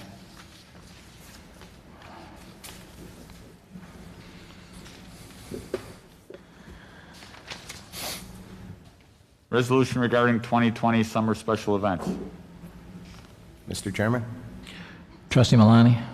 I move to approve resolution number 2035 entitled Resolution Regarding 2020 Summer Special Events. Second. Any questions or comments? Mr. Mayor? Trustee Calandrello. It just, I seem like we put small events with big events, particularly in, so like this Concert at the Park, that's traditionally a smaller event versus the Taste of Orland, which is thousands of people. Is it just we're trying to do the whole calendar at one time? Is that the purpose of putting those all together? Or, because they're two different events, two different social distancing needs, two different mask requirements. I was just wondering, are we just trying to do the whole calendar, or is there a possibility that as a board we can discuss and pick some of the small events out? I guess, why is it all together? The resolution here is just to get the confirmation at the staff level that we're going to proceed, with everything going on with COVID and everything. We do have plans in place to account for social distance and everything. We just want to get confirmation from the board that to proceed with these events. I guess I would just maybe, if there are other comments of the board, if we could talk about maybe, I don't know, if we could pull the board, I don't want to waste the time and make an amendment that we could pull some of the smaller events out, because it's apples and oranges in my opinion. Could you repeat that? Sure, can you hear me or no? Not at all. Okay, so can you hear me now, everyone? Yeah. I know I'm in the corner here. So my question was why we put all the events together with smaller events like Concerts at the Park versus a big event like Taste of Orland. I'm talking about 1,500 people, give or take, for one versus 1,500,000 if it's a good event. So I was just wondering if staff just did a whole blanket of all the events until October. Is that what they were looking for? And that's why they didn't kind of separate, because a Concert at the Park at Crescent Park is going to have less demand for staffing, for social distancing. The ability to social distance is better on a smaller facility or a smaller event versus the Taste of Orland. I guess that was my question. It sounds like the answer was we just want to do the whole calendar out. So then the second part is, I don't want to waste the time with having an amendment, but if we have some discussion, if anyone would be interested in pulling out some of the smaller events because it's easier to social distance and be safe. Mr. Chairman? Trustee Fenton. I would agree with Trustee Calandrello. I think, my personal opinion, holding these big events is not a good idea, but the smaller, this is all clumped together. So I just don't understand why we did that, where, like you said, the concert at Crescent Park, you might have 250 people that might show up. They can social distance, but when you do the Taste or the other big concerts, you've got more people coming. Just my personal opinion, but I just did, I don't know, they're all clumped together, so it's either a yes or a no for everything. Correct? I mean, I think any trustee can always make amendments to the resolution. There is a resolution that's attached that includes all those events. That's just the way it's been structured, is we just have all the events for the remainder of the summer in there. Mr. Chairman. Trustee Malani? I believe the term here is summer special events, not small, not large, summer. We're worried about the summer. Doesn't matter what event it is. I mean, for those of us that were at the 4th of July fireworks, we were able to witness that the guidelines we put together for events work. We used a bit of common sense. We're able to witness, to use some caution and some safety. And people that came in small groups sat together, right? So we limited the capacity. We had ample spaces for people to wash their hands. All of these things were in place. So no matter what event we have, we should be able to duplicate that. We asked people to wear masks, and if they felt they needed to, they did, right? So, they watched from a distance, they watched from their cars. I guess my point's really that we've proven that people go out and actually enjoy these events, no matter the capacity, if they choose to, and really be respectful of other people's wishes and to maintain their own and other safety. And I was actually very impressed with everybody's actions, and I think everything went very well. And, if you weren't there, I wish you could have seen it. Any other comments? Mayor Pico? Trustee Dodge? George, were you able to forward my email? I'm sorry, Jim, I did not see it. I'm sorry, Trustee Dodge, I have not. No, that's fine. Mayor Pico, one of the things that I guess I would like to say broadly, because I've said it before, I think we need to continue to take steps back towards normality, given that we are in abnormal times, so to speak. So I like the idea of planning for these events. If I have any concerns, is we're not quite sure what's going to happen in a month or two, and I'd like to make sure that we do these things as safely as possible and protect the village, if you will, financially in terms of having successful events. So I forwarded an email to the board, and I'll just read it now and simply ask if the board would entertain an amendment, which is, at the next board meeting, staff will have for us the exact date, which would be the last possible date, to cancel any or each of these events, and they will present a detailed review of the best data sources, for example, as referenced in our return to normal plan, to maximize the chances of public safety in Orland Park. So what I'm trying to accomplish here is just, we've done a great job, I think, paying attention to the data and the science. If things start trending in the wrong direction, I just want to make sure we have a thoughtful way to change or alter our plans. That's essentially what I'm asking. So do we have a second on the amendment? Second. Okay. Let me see if I can pull it up, because you said you sent it to us? I sent it by email earlier, Mayor Peacock. Okay, just so that I can, when I call it, I can have it. Give me a second. Yeah, it's at the bottom of that email. Okay, the one you sent at 5:58, got it. All right. Correct. I got it. Any comments on the amendment? So I'll make a comment on the amendment. I think our plan does account for this, so I don't see any reason we can't do this, because I think our plan is based on 14 days. We're going to have this discussion in a little bit, but the governor's plans obviously were declared, were basically declared void by the court. So we need to pass something, a past plan. We're passing a plan. The next phase would be to allow these larger events, provided that the data indicates that that's the right thing to do, and that those data sources and the data recommendations come from the CDC. So I see no reason why not to do that, because in 2 weeks we're going to have to vote again on the plan to see if we move to the next phase or not based on the data. So there's no reason why we can't bring that information, because we're going to have it anyways. All right, so I guess, should I ask then that that's a formal motion? I think Kathy... I thought you made the motion. We already seconded it. Great.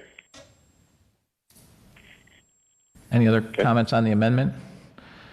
So I'll I'll call the amendment for a vote, and the amendment is by the next board meeting, staff will have for us the exact date, which would be the last possible date to cancel any and each of these events, and they will present a detailed review of the best data sources as referenced in our return to normal plan to maximize the changes of public safety in Orland Park. So that question is now put. Call the roll. Trustee Dodge? Aye. Trustee Fenn? Aye. Trustee Calandrella? Aye. Trustee Healy? No. Trustee Katsinas? No. Trustee Malani? No. Mayor Pico? Aye. Motion carries 4-3 for the amendment. Just didn't think it was necessary.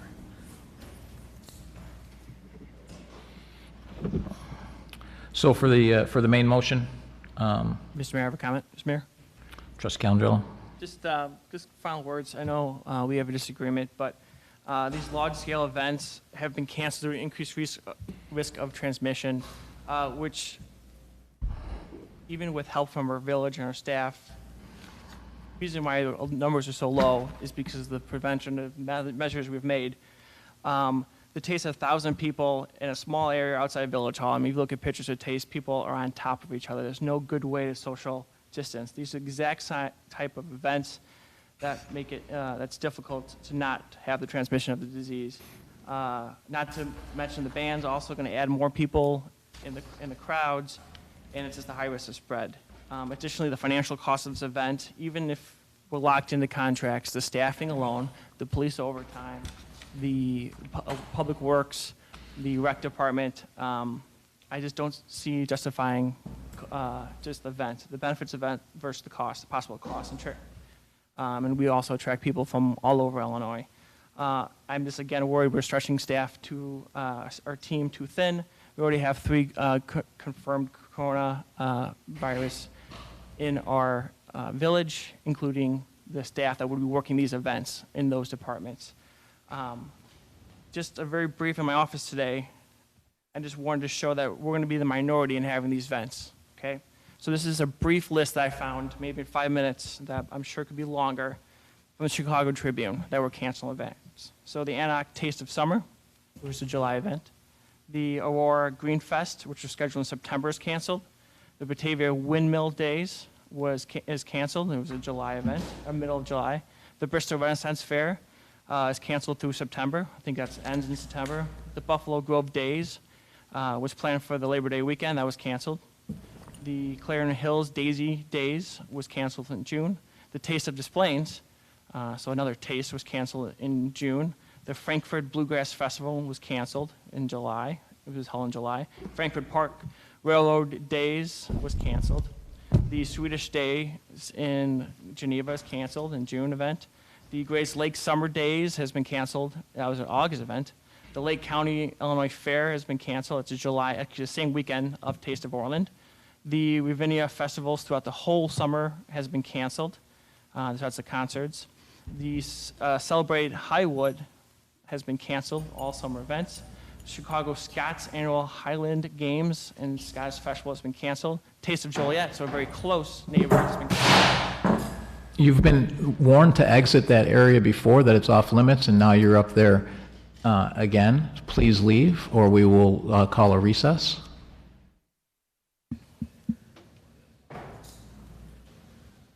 Can we go up and lock that door?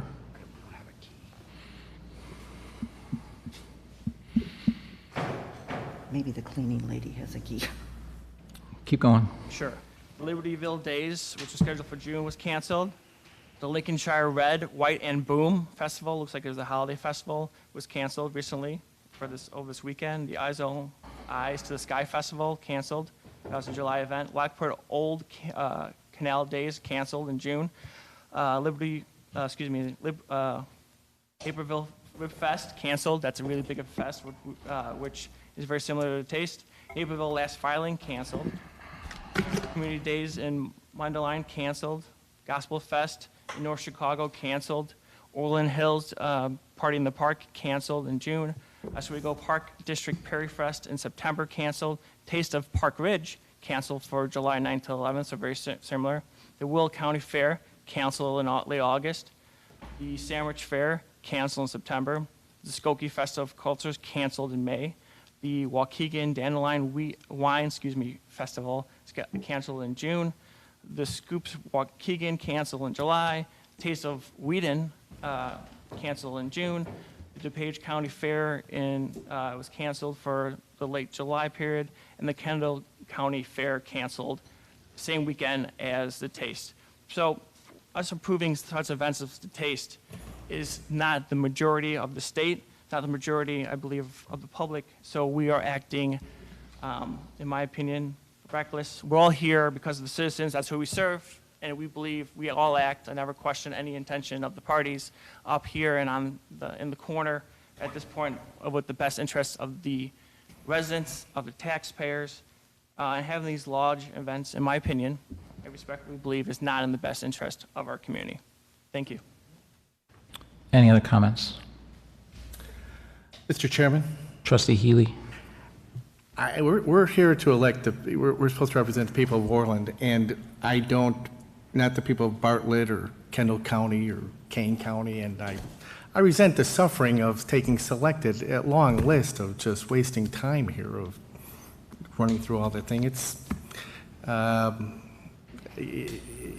don't know why you have to list. Did you forget anybody, or should there be more? It was just a simple comment would put more time back in our lives. I'm for, we're supposed to not, they don't tell you what the basis of their thing, of voting out their concerts is.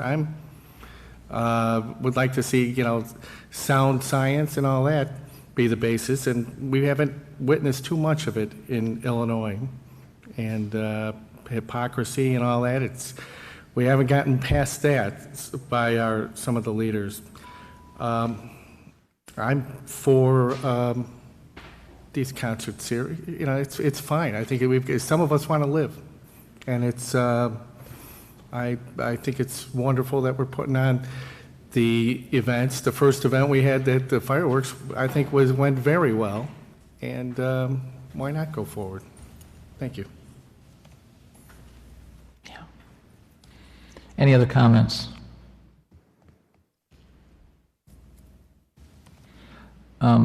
So my comments before calling the roll is I'm glad to see, Dan, that you've become a fiscal conservative. That's nice to see. We do have 3 confirmed cases out of about 850 full and part-time employees. The state runs at about 1.4% rate, so that's far less than 1%, and I think it highlights what a great job we're doing because these cases came in from the outside and they didn't infect anyone else. So it speaks volumes to how well Orland Park's done. The reality is there's going to be cases here for the rest of our lives. This isn't going away. We have to return to normal at some point. We have to return to normal based on data and science. We have a plan that does that. There's no reason to make a decision to cancel prematurely when the data and science is moving us towards reopening. There's been COVID hospitalizations in suburban Cook County. The last 6 days have been 0. And in the last 12 days, there was 1 day with 1 day with 2, another day with 1 and 2. So in 8 days was 0. So things are moving in the right direction, and these concerts and these events are some period away where we can still make that decision. It's your long laundry list. I'm sure you could have made an even longer one of people who have canceled their fireworks, but we still had our fireworks, and anyone who was there knows that that was done extremely well, extremely safely, and people had a great time. So with that, I will call the roll. Mr. Mayor? You've already had 2 opportunities to speak. I'll call the roll. Trustee Malani? Aye. Trustee Katsinas? Aye. Trustee Fenton? No. Trustee Dodge? Aye. Trustee Condrella? No. Trustee Healy? Aye. Mayor Pico? Aye.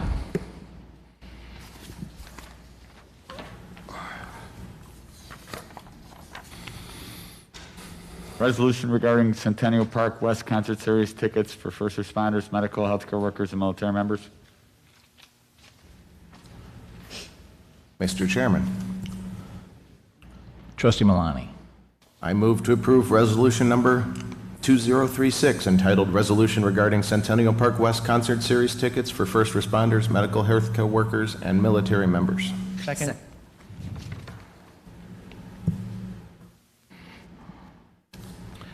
Any comments? Mr. Chairman? Trustee Fenton? I'm all for, although I'm against the whole event, I would never take anything away from our first responders, medical individuals, or anything like that. Since the taxpayers of Orland Park will be footing this bill, is it strictly for first responders, healthcare workers that live in Orland Park, or is this, from the background I got, that it's open up to anybody, and then is it one ticket per first responder that they get the discounted price, or is it their entire family? And I guess those are two of my questions. So there is no restriction on resident or non-resident. So any first responder, medical healthcare worker, or military member would get a free ticket, and then their family members would be eligible for the discounted rate.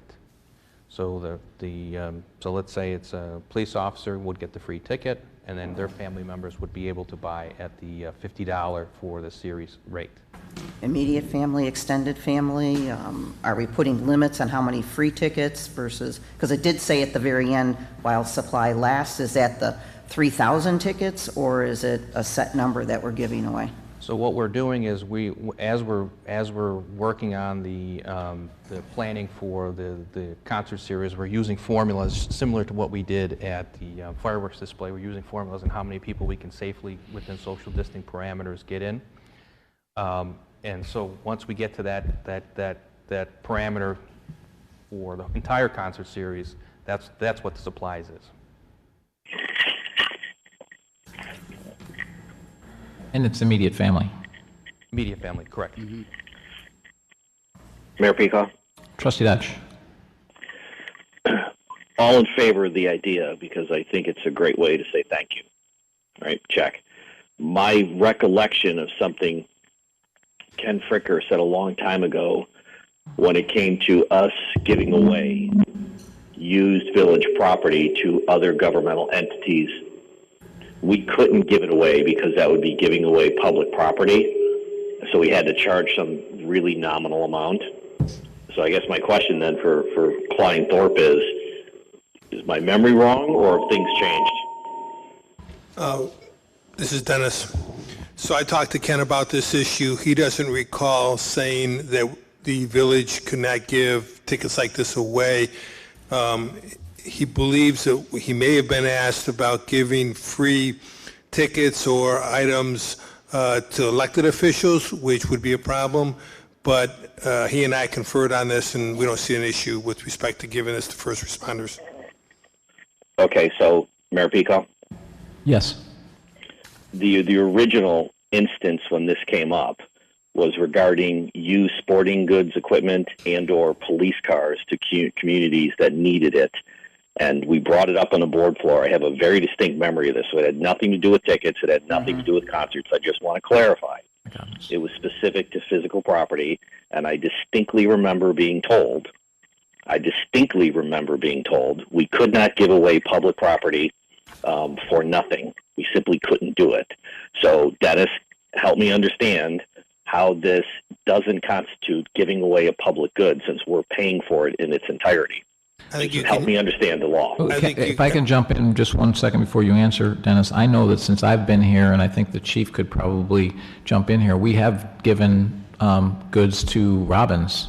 We've given police cars since I've been mayor. So I know since I've been here, we've given things away.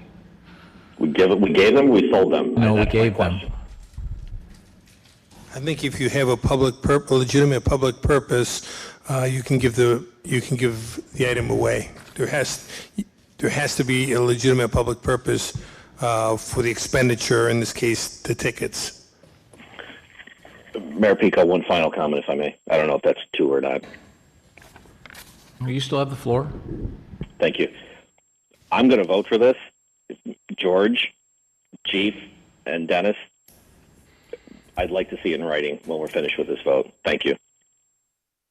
Mr. Chairman? Trustee Fenton?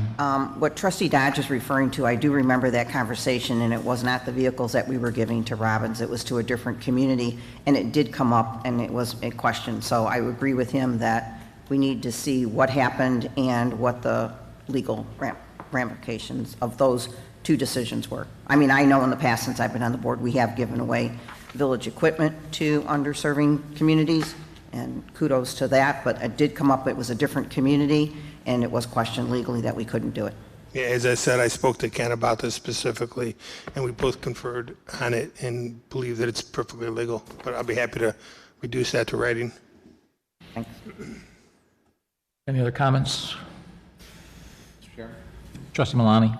I really think this is a great promotion to actually show our first responders, our healthcare professionals, and our military that they mean a great deal to us, and they also deserve a break to actually go out and enjoy themselves and actually do it in a safe environment. So thanks for putting this together. Anybody else? So this recognizes the outstanding efforts of several groups of people. First, our first responders who were on the front lines of COVID-19 and then the recent riots in the region. Also our military members who represent us and protect our freedoms around the world.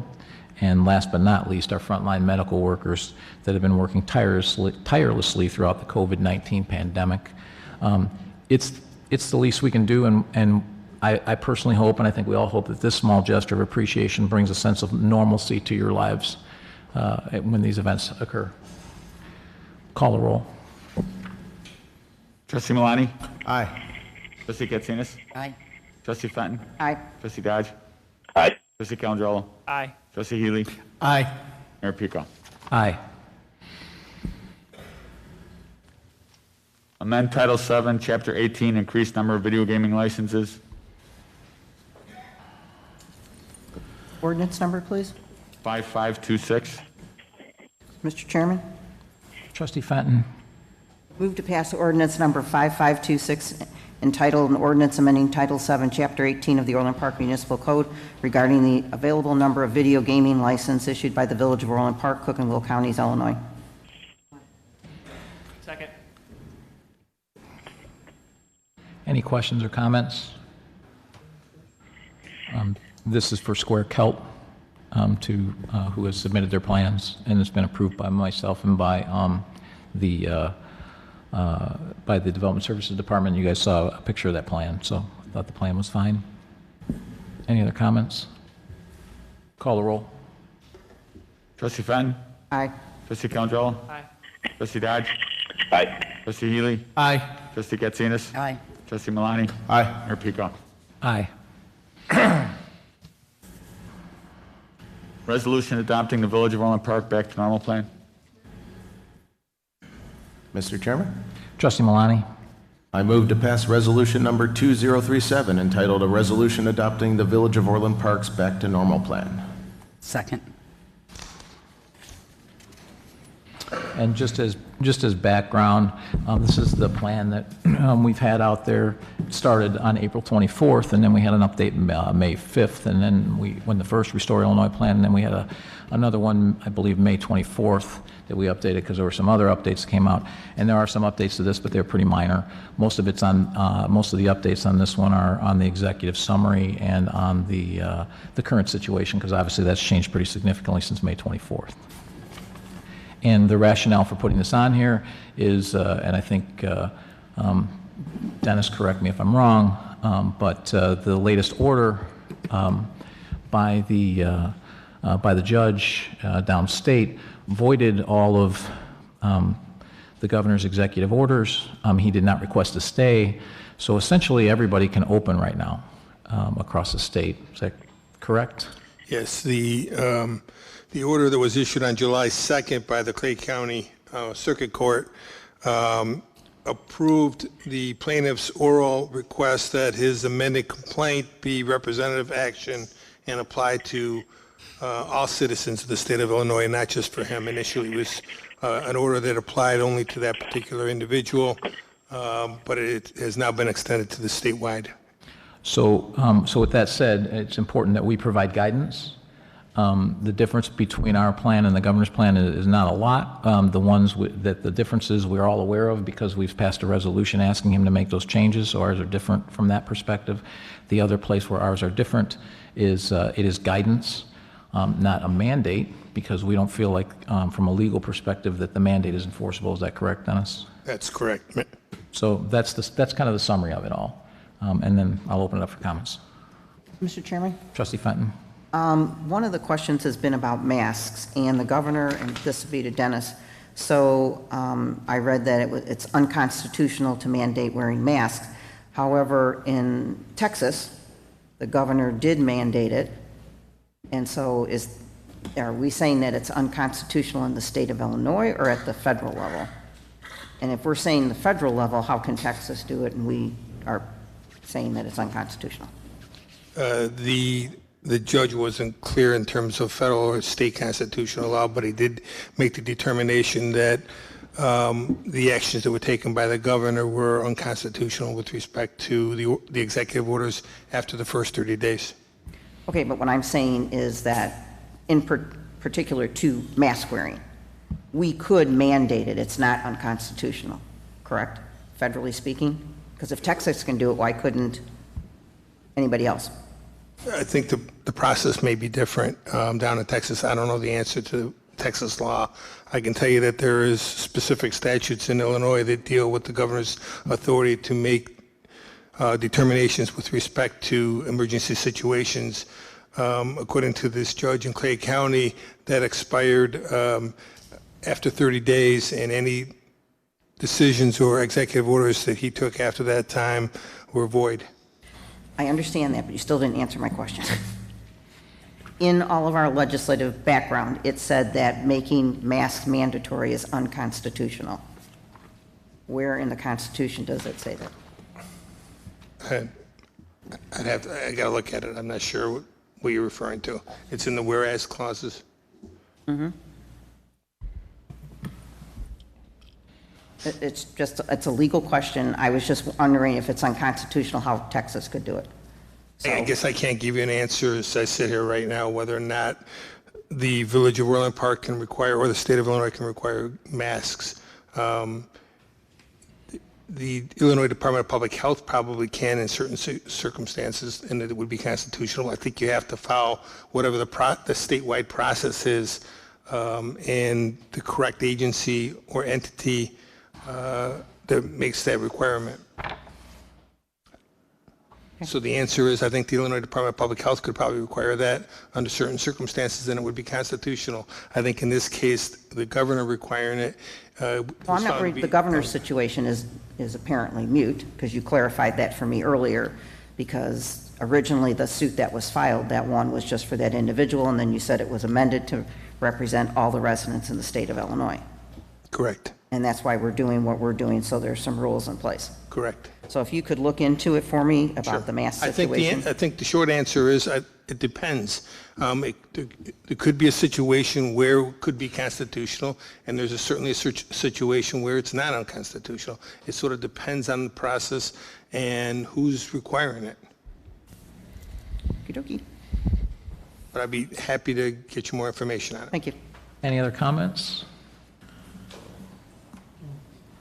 Anybody? Mr. Chairman. Trustee Malani. Since we're already in phase 2 of our reopening plan and it aligns mostly with the state's plan, this makes sense. If we sit here and wait for the governor's guidelines of a vaccine or a long-term eradication of cases, it's going to be a long time before we reach phase 5. So we've got to do something to keep progressing forward. Without a healthy economy, our government can't continue to provide services that our people are going to depend on.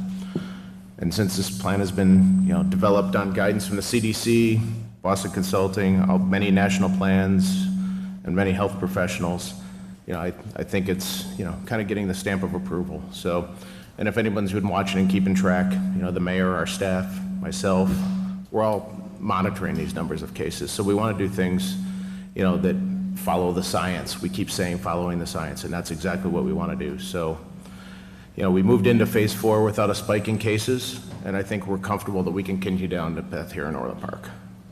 And You know, if we think about our, businesses as well, we plan to support them during the reopening phase. But most importantly, we need our residents to support the businesses in our village as well. You know, continue to use a safe hygiene practice, wear a mask when required, and if you're sick or if you're uncomfortable being in a particular business due to how they have decided to reopen, stay home, maintain yourself, and take care of yourself. So I'm looking forward to this plan being put into place. Mayor Peacock?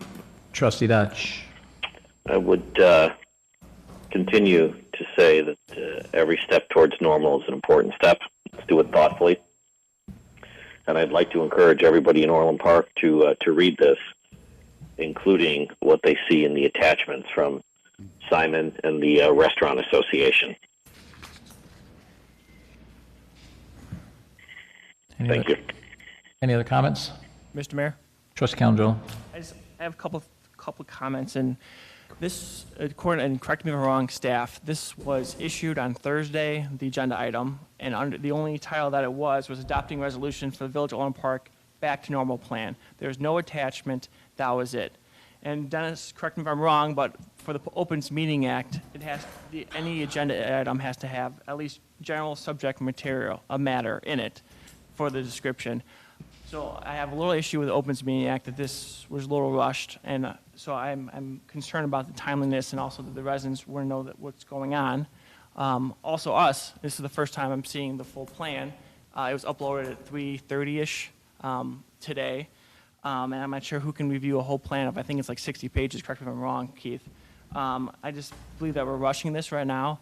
I can't make an informed decision, and also believe that we might be violating the Opens Meeting Act based on rushing this. Based on all those, I'm not sure why we can't wait, or if you want, we could have an emergency meeting in 2 days where we don't have to have all the Opens Meeting Act protections to pass this. So with that, at this time, based on the Opens Meeting Act and also the ability for us to review the full plan, it was amended today, so it's not like it was out there for a couple of months. I move to table this to the next board meeting. Do I hear a second? Second. Call the roll on the motion to table, which would table this and essentially leave us without a plan. Trustee Calendro. Aye. Trustee Fenn. Aye. Trustee Dodge. No. Trustee Healy. No. Trustee Katsinas. No. Trustee Malani. No. Mayor Pico. No. Mr. Motion Chairman. fails 5-2. Mr. Chairman, Trustee Fenton. could Dennis Walsh please respond to the open meetings thing? As far as I understand it, the agenda was amended 48 hours in advance to include a resolution adopting the Village of Orland Parks back to normal plan. That to me is sufficient enough description of what the intention of the board was to do tonight. So I don't view this to be an Open Meetings Act in any fashion whatsoever. Mr. Chairman. Trustee Malani. A question for staff. Trustee Calendro. I believe you follow the rules with me speaking. I believe Trustee Malani has already 2 bites of the apple. Yeah, this is actually my first. Learn to count. I think this is Trustee Malani's, would be Trustee Malani's second. So are you? I withdraw that. I thought it was his second, so I'm sorry. Thank you. So. Trustee Malani. Yeah, and I apologize for stepping on you there. Just a quick question. How many times have we sent out this plan via email, and how long has it been posted on our website, available for the public to read? It's been on the village's website since it was initially introduced back in April 24th. Right. And how many times have we posted Facebook messages telling people to go look at our information? We've had a lot of social media regarding all of the things that the village is doing regarding this. And you've been posting quite regularly via email our progress on COVID-19 and our plans to move forward with our reopening plan? We have a very strong social media and website presence regarding this. So, but internally, as far as emails to staff, village officials? Yes. Yes. As far as updates to staff, almost daily. So we probably have, this is not the first time we've seen this information then? It's been around for a while. Okay, just checking. Thank you. Any other comments? Okay, before I call the roll, it's unfortunate, and we've seen this all over the media lately, and somehow the wearing of cloth masks have become the latest attempt to divide people and create a political issue, whichever extreme of masks you're on either side. You're willing to kill people, you want people to die. That's absurd. The state of Illinois, this is from the state of Illinois, at IDPH states the CDC now recommends wearing cloth face coverings in public settings when other social distancing measures are difficult to maintain, especially in areas of significant community-based transmission, which actually right now we're technically not. They go on to state that the most effective measures for preventing further spread of COVID-19 are to stay home when you are sick, maintain physical separation between people while out in public, and frequently washing hands with either soap and water or an alcohol-based hand rub. Let me repeat that because it's very important for people to remember. This is how we've gotten here. The most effective measures, remember we were already decreasing all this stuff before we ever started with the whole mask thing, okay? The most effective measures, and this is according to the CDC, the WHO, and IDPH, for preventing further spread of COVID-19 are to stay home when you are sick, maintain physical separation between people while out in public, and frequently washing hands with either soap and water or an alcohol-based hand rub. So please, first and foremost, do all of that. And I think we've had the discussion on masks here of that businesses can make those decisions and people can decide whether to use them, go in them or not. If they're asking you to wear them, if they're asking you to wear them and you don't want to go in because they're asking you to wear them, then don't go in. If they're not asking you to wear them and you're uncomfortable, then don't go in. And that's going to be what figures it out. And that's what's going to be to determine this. We can all point out to all kinds of inconsistencies on either side, but that's the bottom line. And that's what the IDPH recommends. With that, call the roll. Trustee Malani? Aye. Trustee Katsinas? Aye. Trustee Fenton? Aye. Trustee Dodge? Aye. Trustee Calandrolo? No, based on notice. Trustee Healy? Aye. Mayor Pico? Aye.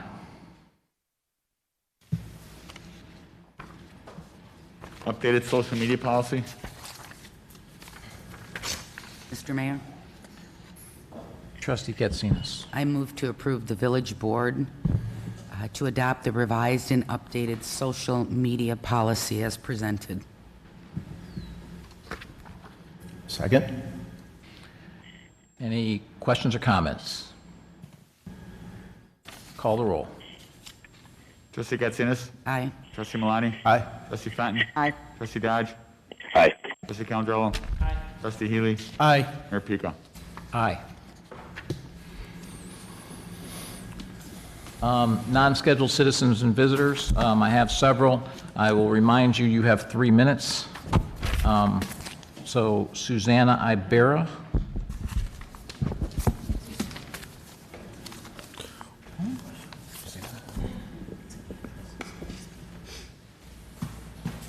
Okay. Susanna Ibera. Ibarra.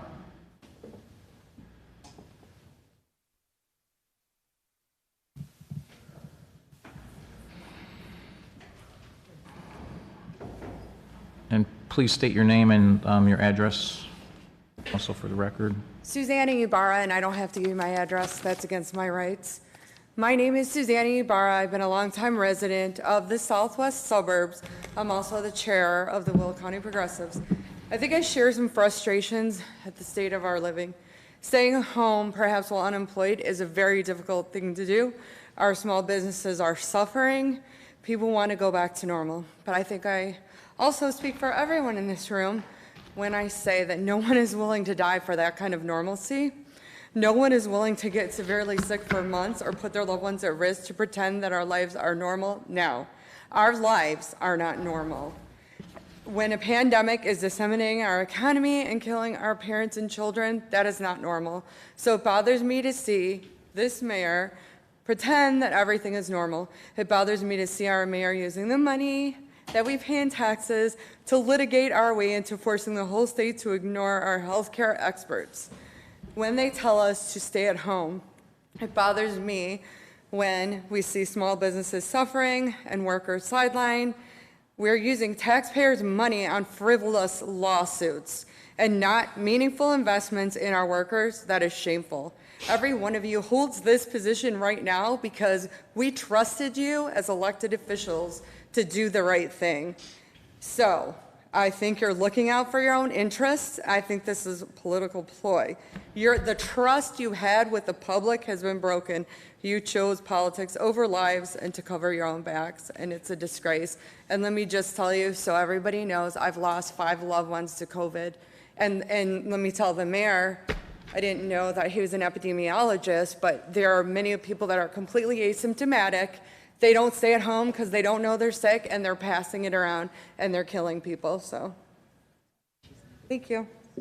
Thank you for your comments. Tarek Caton? Catton? Right here.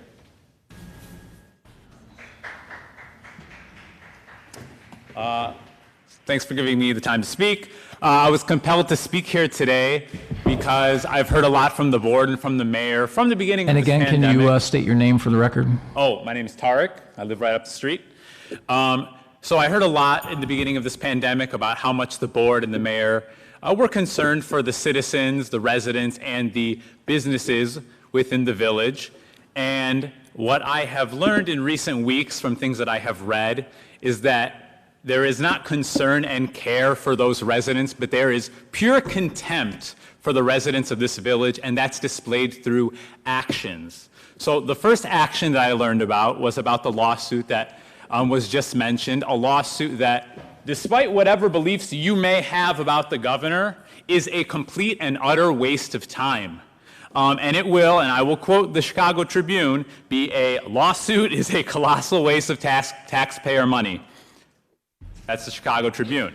I later heard that we would be going through with what was being discussed here, which is the outdoor summer events, huge gatherings during a pandemic that is essentially a public health nightmare. In a village where you have 2 employees who have COVID and people like the woman who just spoke before me who have family members who have died. That is showing contempt for residents, not care. And additionally, I later heard that that would cost residents hundreds of thousands of dollars during a time when people are out of work. So it's one thing when you waste money during times of prosperity, okay? It is another thing when you waste hundreds of thousands of taxpayer dollars when you have people across LaGrange, in that mall, in those stores, who have only recently got back to work, who are not making much money to begin with, who are digging into their savings just to put food on the table, and to waste their money during a pandemic on something like a summer concert series that will only put lives at risk is shameful. And it is not fiscally conservative. That's nonsense as well. So I am calling on the board to end this BS lawsuit first and foremost, that will go nowhere except waste thousands of taxpayer dollars. We can hear and you. to end, can you? I don't know. And then to end these summer concert series and outdoor series that will risk lives, cause deaths, and waste hundreds of thousands of Orland taxpayer dollars. Please do not waste our money, our time, and risk our lives. Thank you. I didn't get the memo on the polo shirts, but maybe next meeting. Thank you. Thank you for your comments. I want to remind everyone that this is a boardroom and a board meeting, so please keep your comments professional. This is a professional meeting. Mackenzie Blitzstein.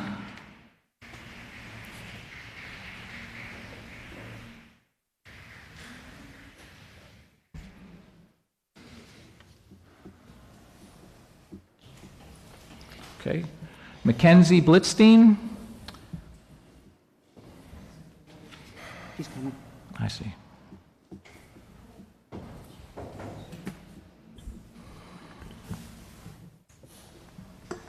Hi, everyone. I'm Mackenzie Blitzstein, and I've lived in Orland Park for my whole life. I'm an essential worker at Starbucks, and over the course of the pandemic, I've had no choice but to go to work every day.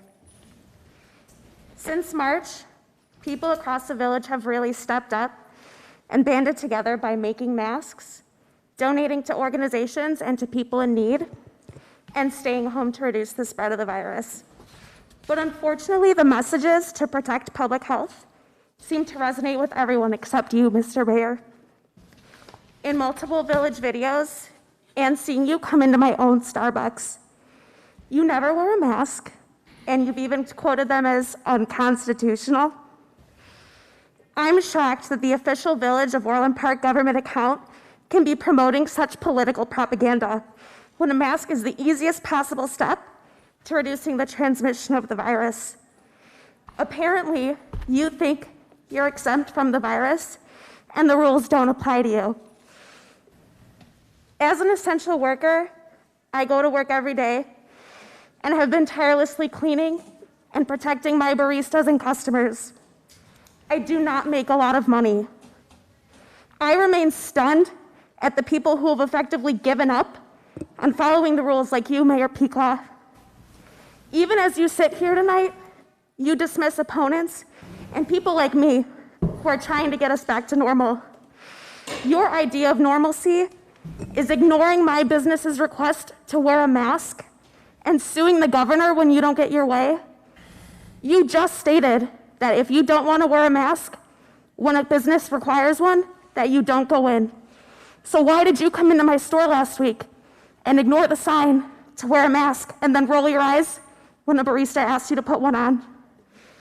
We're here to show you that all of you on the board, that we Orland Park residents stand against your mindless statements and behaviors.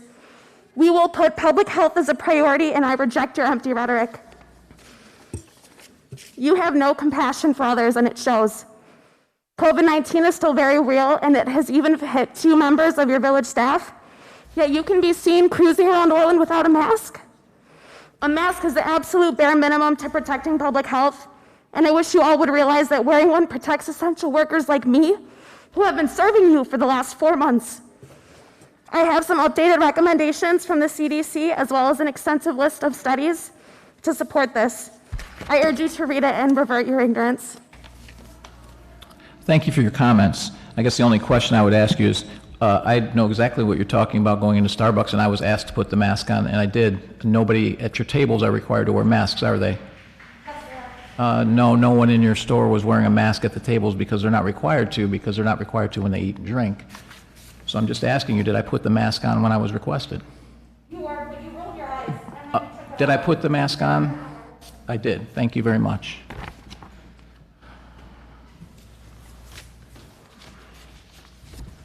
Maureen Farrell.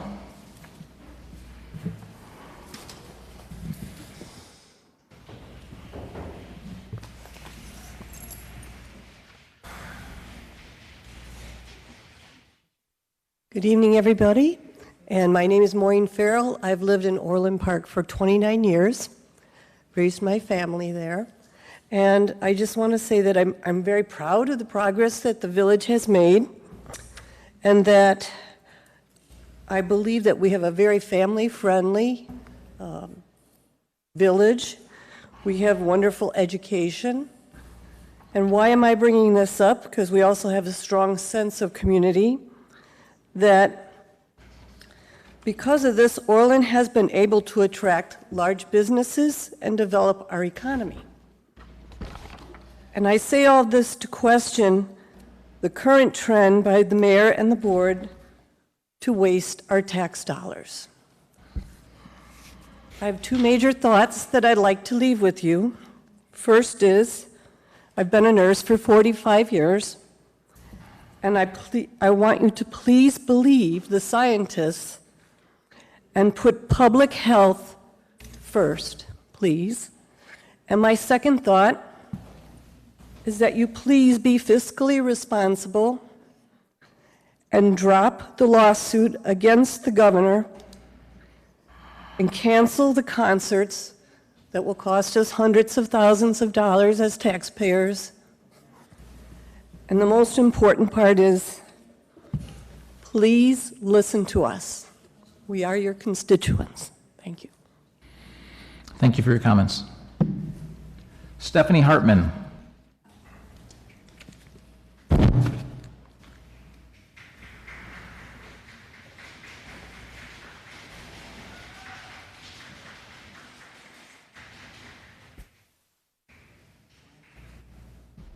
Stephanie Hartman. Jordan Henderson.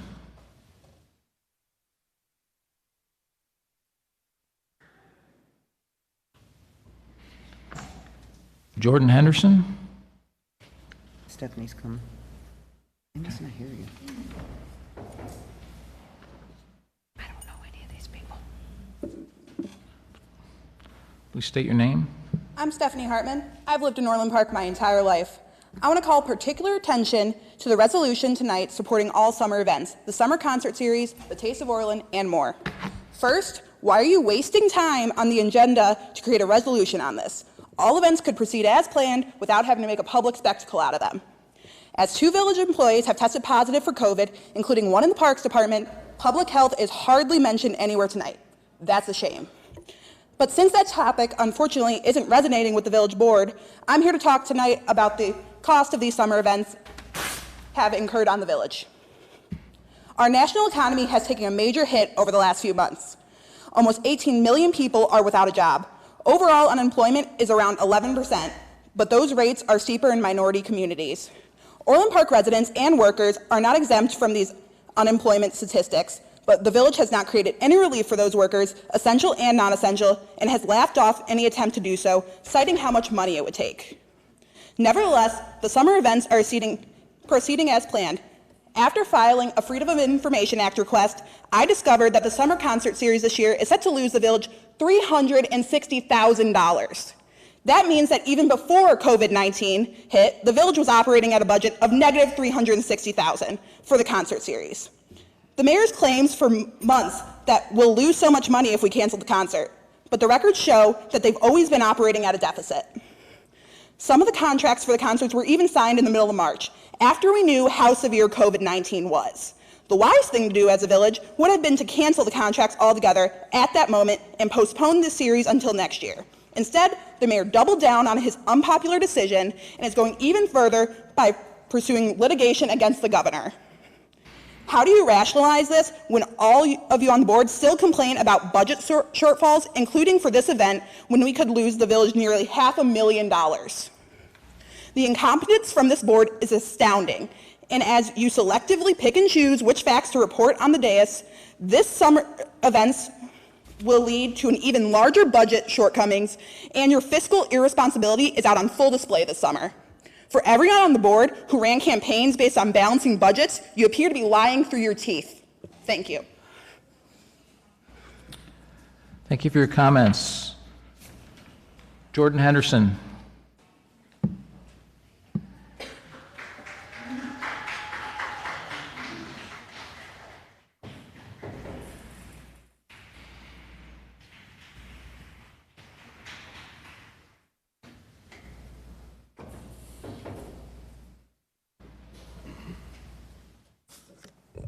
Hi, my name is Jordan Henderson.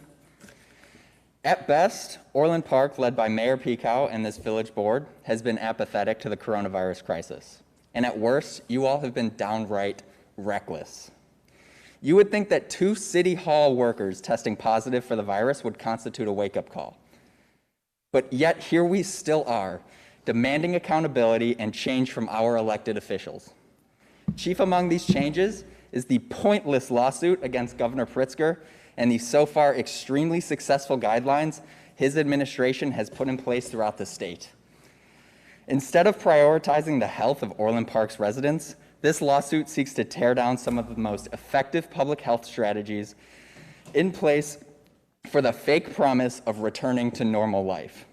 Now, I, just like everyone else in this room, desire to return to life as normal. But that just won't happen until this state and this country have successfully stamped out the spread of coronavirus. You cannot support local businesses if you are sick at home with a 101-degree fever. You cannot enjoy a night out at any of Orland's restaurants if you are stuck in the ICU. This mayor has time and time again rallied against the state to change course because of the revenue shortfall this crisis will cause Orland and every other town in the state. But you cannot pretend to support the economic well-being of this village while also supporting a lawsuit destined to fail and waste, and to quote Tarek, thousands and thousands of dollars. What's more, continuing with events like the summer concert series only perpetuates this cycle of losing money and risking lives. Thousands and thousands of dollars, Mayor Pekow. That's how much money that has already been lost from these concerts. And now you just want to throw even more money away and risk even more lives?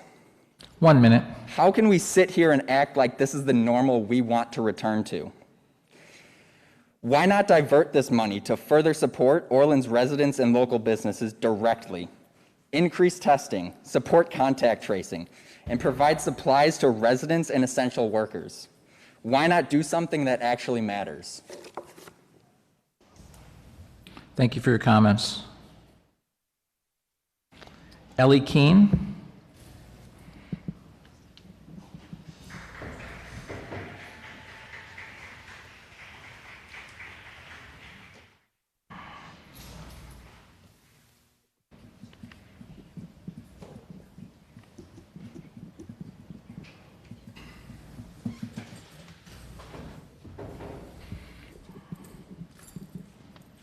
Hello, my name is Ellie Keene, and I've been a resident of Orland Park for my entire life. I have never been more embarrassed to stand here as a resident and call you my representatives. I would like to start by reminding you that this is not a professional setting, but a civic one, and as such, I have the right to speak out and call you guys out. 588 people in Orland have tested positive for COVID-19. Over 3,000 people have died in the state of Illinois, and over 25,000 people have tested positive. Our economy is in free fall, with millions of people sidelined out of a job and hundreds of thousands of people forced to work in unsafe conditions, myself included, to keep our economy going. This is a pandemic, and yet the only real action by Mayor Pekow has been to sue the governor of Illinois for not reopening fast enough for his liking, because we have a concert to put on. Where are your priorities? How disgusting that in order to manage a deficit you all have put yourselves into with our taxpayer money, that you're willing to put even more lives at risk and use even more money to play political games. Now is not the time for political games. Now is not the time for meaningless, actionless resolutions that preserve your political agenda. Now is the time for legislation to improve our lives. To that end, the Orland Park Village Board has failed us. As our representatives, you should have our best interests at heart, but it's painfully obvious that Mayor Pekow only cares about himself and furthering his personal agenda. Mayor Pekow refuses to wear a mask, but enforces social distancing policies by kicking people out of the boardroom. We aren't able to make online public comments while simultaneously not being allowed in the only setting where we're able to make these comments. It's clear that Mayor Pekow's only priorities are silencing his constituents, because if he really cared about effective social distancing policies and the health of the citizens of Orland Park, then he would wear a mask and cancel the summer concert series and other such events. In reality, this is in everyone's best interest except Mayor Pekow's, who couldn't be so much as bothered to wear the completely free masks that are sitting on the table right outside this room. Grow up. Thank you for your comments.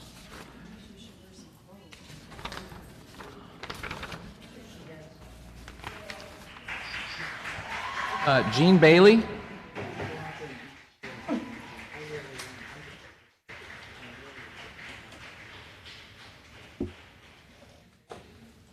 Jean Bailey. Okay, we'll move on. Bruce Cordes. Oh, hold on, Bruce.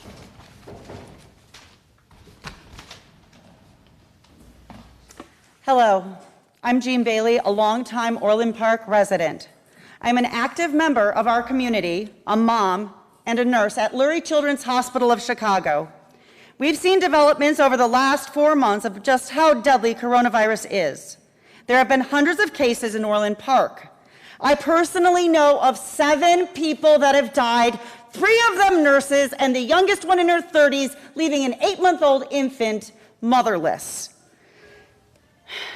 I can assure you, as a healthcare professional, COVID is alive and well. And as you must know, populated states that have reopened at an accelerated pace have experienced dramatic increases in cases and deaths. Florida, Arizona, and Texas are setting daily records. Let's learn from these states and not copy their infection and death rate. That's why I felt the need to speak up tonight. The Village of Orland Park is suing the governor to follow the same model of states like Arizona, Florida, and Texas. There is still a lot we do not know. What I do know is that attending one seminar at Johns Hopkins or anywhere else does not make you an expert at forecasting what happens with COVID. What we should not be doing is playing Russian roulette with people's lives. Mayor Pico is set on furthering his own political agenda in this lawsuit, and I'm offended he's using our taxpayer money to do so. Think about how that money could be spent. When was the last time any of you set foot in a hospital and talked to healthcare professionals directly caring for COVID patients? I have.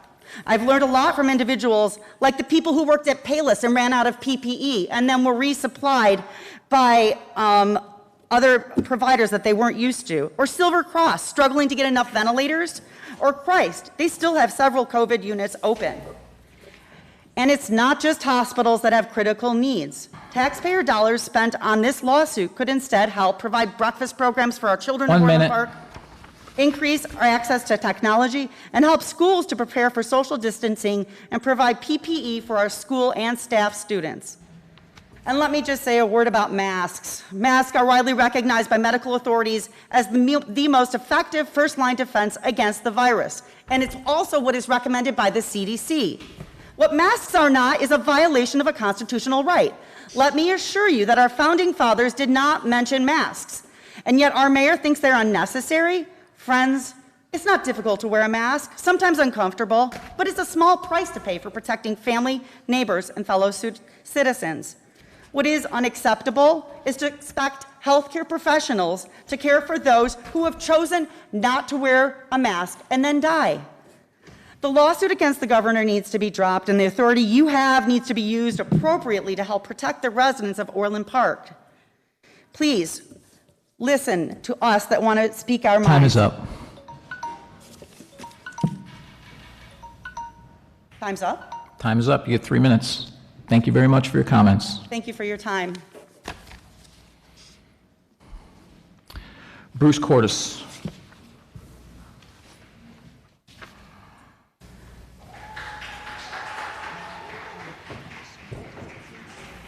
Good evening, Mayor and trustees of Orland Park. I'm Bruce Cordes. My address is 12838 Oak Valley Trail, Homer Glen, Illinois, 60491. I'm here with my brother Paul Cordes to represent our interest in the rezoning issue of 11215 West 183rd Place. We are the beneficiaries and owners of First Midwest Trust number 965892. Paul and I are both local residences. Paul, a resident of Orland Park for 42 years. Myself, Homer Glen, for 32 years. Trustee Dodge, you personally visited Paul and Gail Cordes at their home in Riviera Country Club to register Gail to vote in Orland Park in 1993. I would like to point out to the board that they were misinformed on critical points of our rezoning tonight. First of all, we never met with Orland Park officials. Second of all, a request for a meeting by our attorney dated 4/3/2020 was never answered, which is Exhibit C, a letter from Richard Kavanaugh. I requested to be heard on these points. I contacted the mayor's office today. I talked to Jennifer, and I also talked to Ed Lilo. I wanted to be heard on our points before this went up for a vote, and I was denied that right.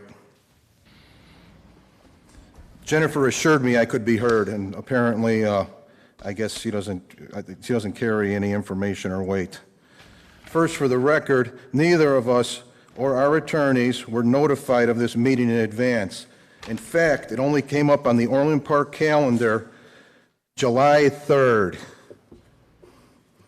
The need to rezone this property was only necessary due to a border agreement between Orland Park and Mokina executed in 1997. We purchased the property in 1996. This border agreement was never disclosed to us or recorded in Will County to our knowledge and never recorded to the deeds of this property. Only when I requested a copy in my email to Bethany Salmon of Orland Park, dated October 22nd, 2019, did we obtain a copy of this border agreement, Exhibit A and B. This agreement specifically uses our property as a pawn for Orland Park and Mokina to serve their borders, basically leaving us in no man's land. A letter dated 4/3 from Richard Kavanaugh to Orland Park briefly outlines what triggered the need for rezoning, Exhibit C.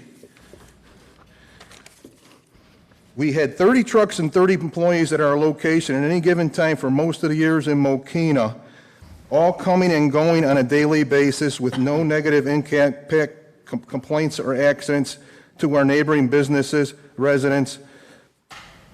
In 20 Time's up. Thank you. Thank you for your comments. Deborah Cordes. There's no procedure for that.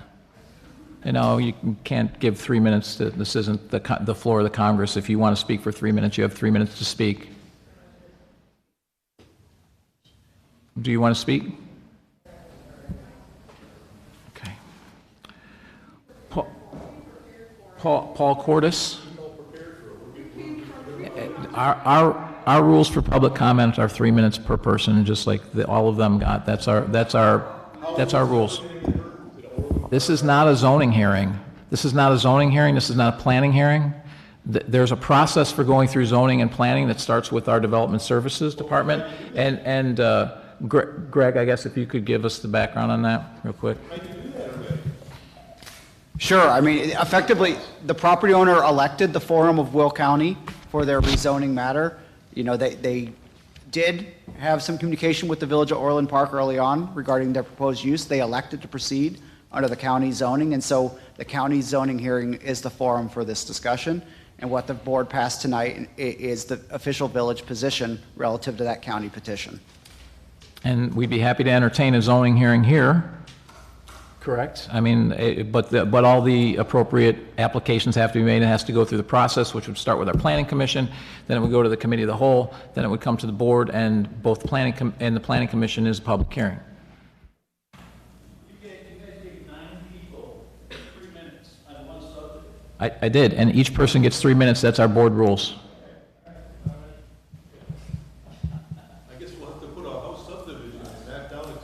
No, what you have to do is you have to apply through the zoning process, and then it goes to the planning commission, and that is your public hearing.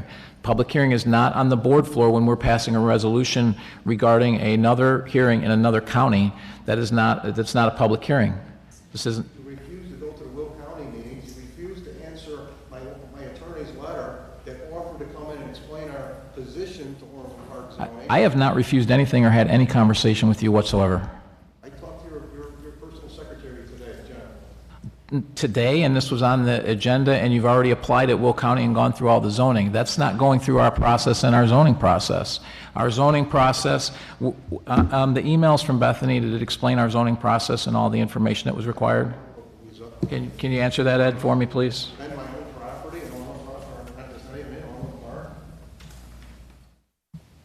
So just to address the conversation with staff, this was at a time, they did have a conversation over the phone. The email correspondence that I could locate was Bethany sending the boundary agreement, a copy of the boundary agreement. My understanding from conversations with staff is that She spoke to them and outlined what potentially they would have to go through as far as our development process is concerned in annexation. And they had questions in regards what would be allowed in the village versus what would be allowed at the county. And she advised them to inquire with the county as what their regulations would be, what it would allow, but it wasn't directing them that the village wouldn't consider a petition. And just in a quick 2 or 3 minutes, just give the process. So they would start with a conceptual meeting. So the way that they started is perfectly appropriate. Typically, we go back and forth before we actually schedule that meeting, but ultimately, it gets reviewed by staff. It gets forwarded to the Plan Commission where we make a presentation. Plan Commission makes a recommendation. That recommendation goes to the Committee of the Whole. The Committee of the Whole has an opportunity to discuss it. Similarly, like you saw tonight, the Committee of the Whole can remand it back to make some corrections and ultimately gets heard by the village board for approval.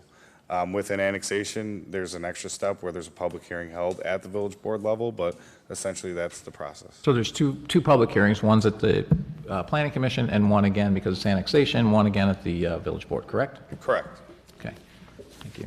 Thank you, Ed. No problem. So that's the process, which, we're happy to entertain, but that's not what we're doing tonight. We're passing a resolution regarding your process that's in front of Will County in support of Orland Park's position. I have John Schaefer. You signed up to speak. You're signed up to speak. Do you want to speak? Okay. So we would be happy to go through the process and we'd be happy to have a public hearing and all of that, but this isn't the forum because that's not what this is. It's not a public hearing on your plans. It's simply we were supporting the resolution that for our opposition to your plans going through Will County and not coming through the Village of Orland Park. Is there anybody who didn't sign up to speak that wishes to speak? Come on up. Got 3 minutes. Please state your name and. My name is Yvonne Shirley. I live at 17404 Deer Creek Drive in Orland Park. I can understand people being very upset about this COVID situation. But I agree with you, Mayor Pical, because I'll tell you what, this is never going to be solved until there is a vaccine. And people have to move on from this. Those that don't want to go to the concerts certainly don't have to go. They don't have to compromise themselves in any way. As far as Governor Pritzker, it was okay for him to allow thousands upon thousands of protesters to be out in the streets. Nobody said anything about that. That was okay. When we had a protest in Orland Park, which, by the way, it was a civil protest, nobody complained about that. But just because we're going to have some summer concerts and people need to get away from the house and people need to find themselves doing something for a change, everybody's upset about this now. You cannot please all the people all the time. And believe it or not, there are more people that are looking forward to these concerts than are against these concerts. And at this point, everyone needs to take their chance. If you want to participate, do it. If you don't, then just don't do it. And that's exactly how I feel, and that's all I have to say. Thank you for your comments. Anybody else here to speak tonight?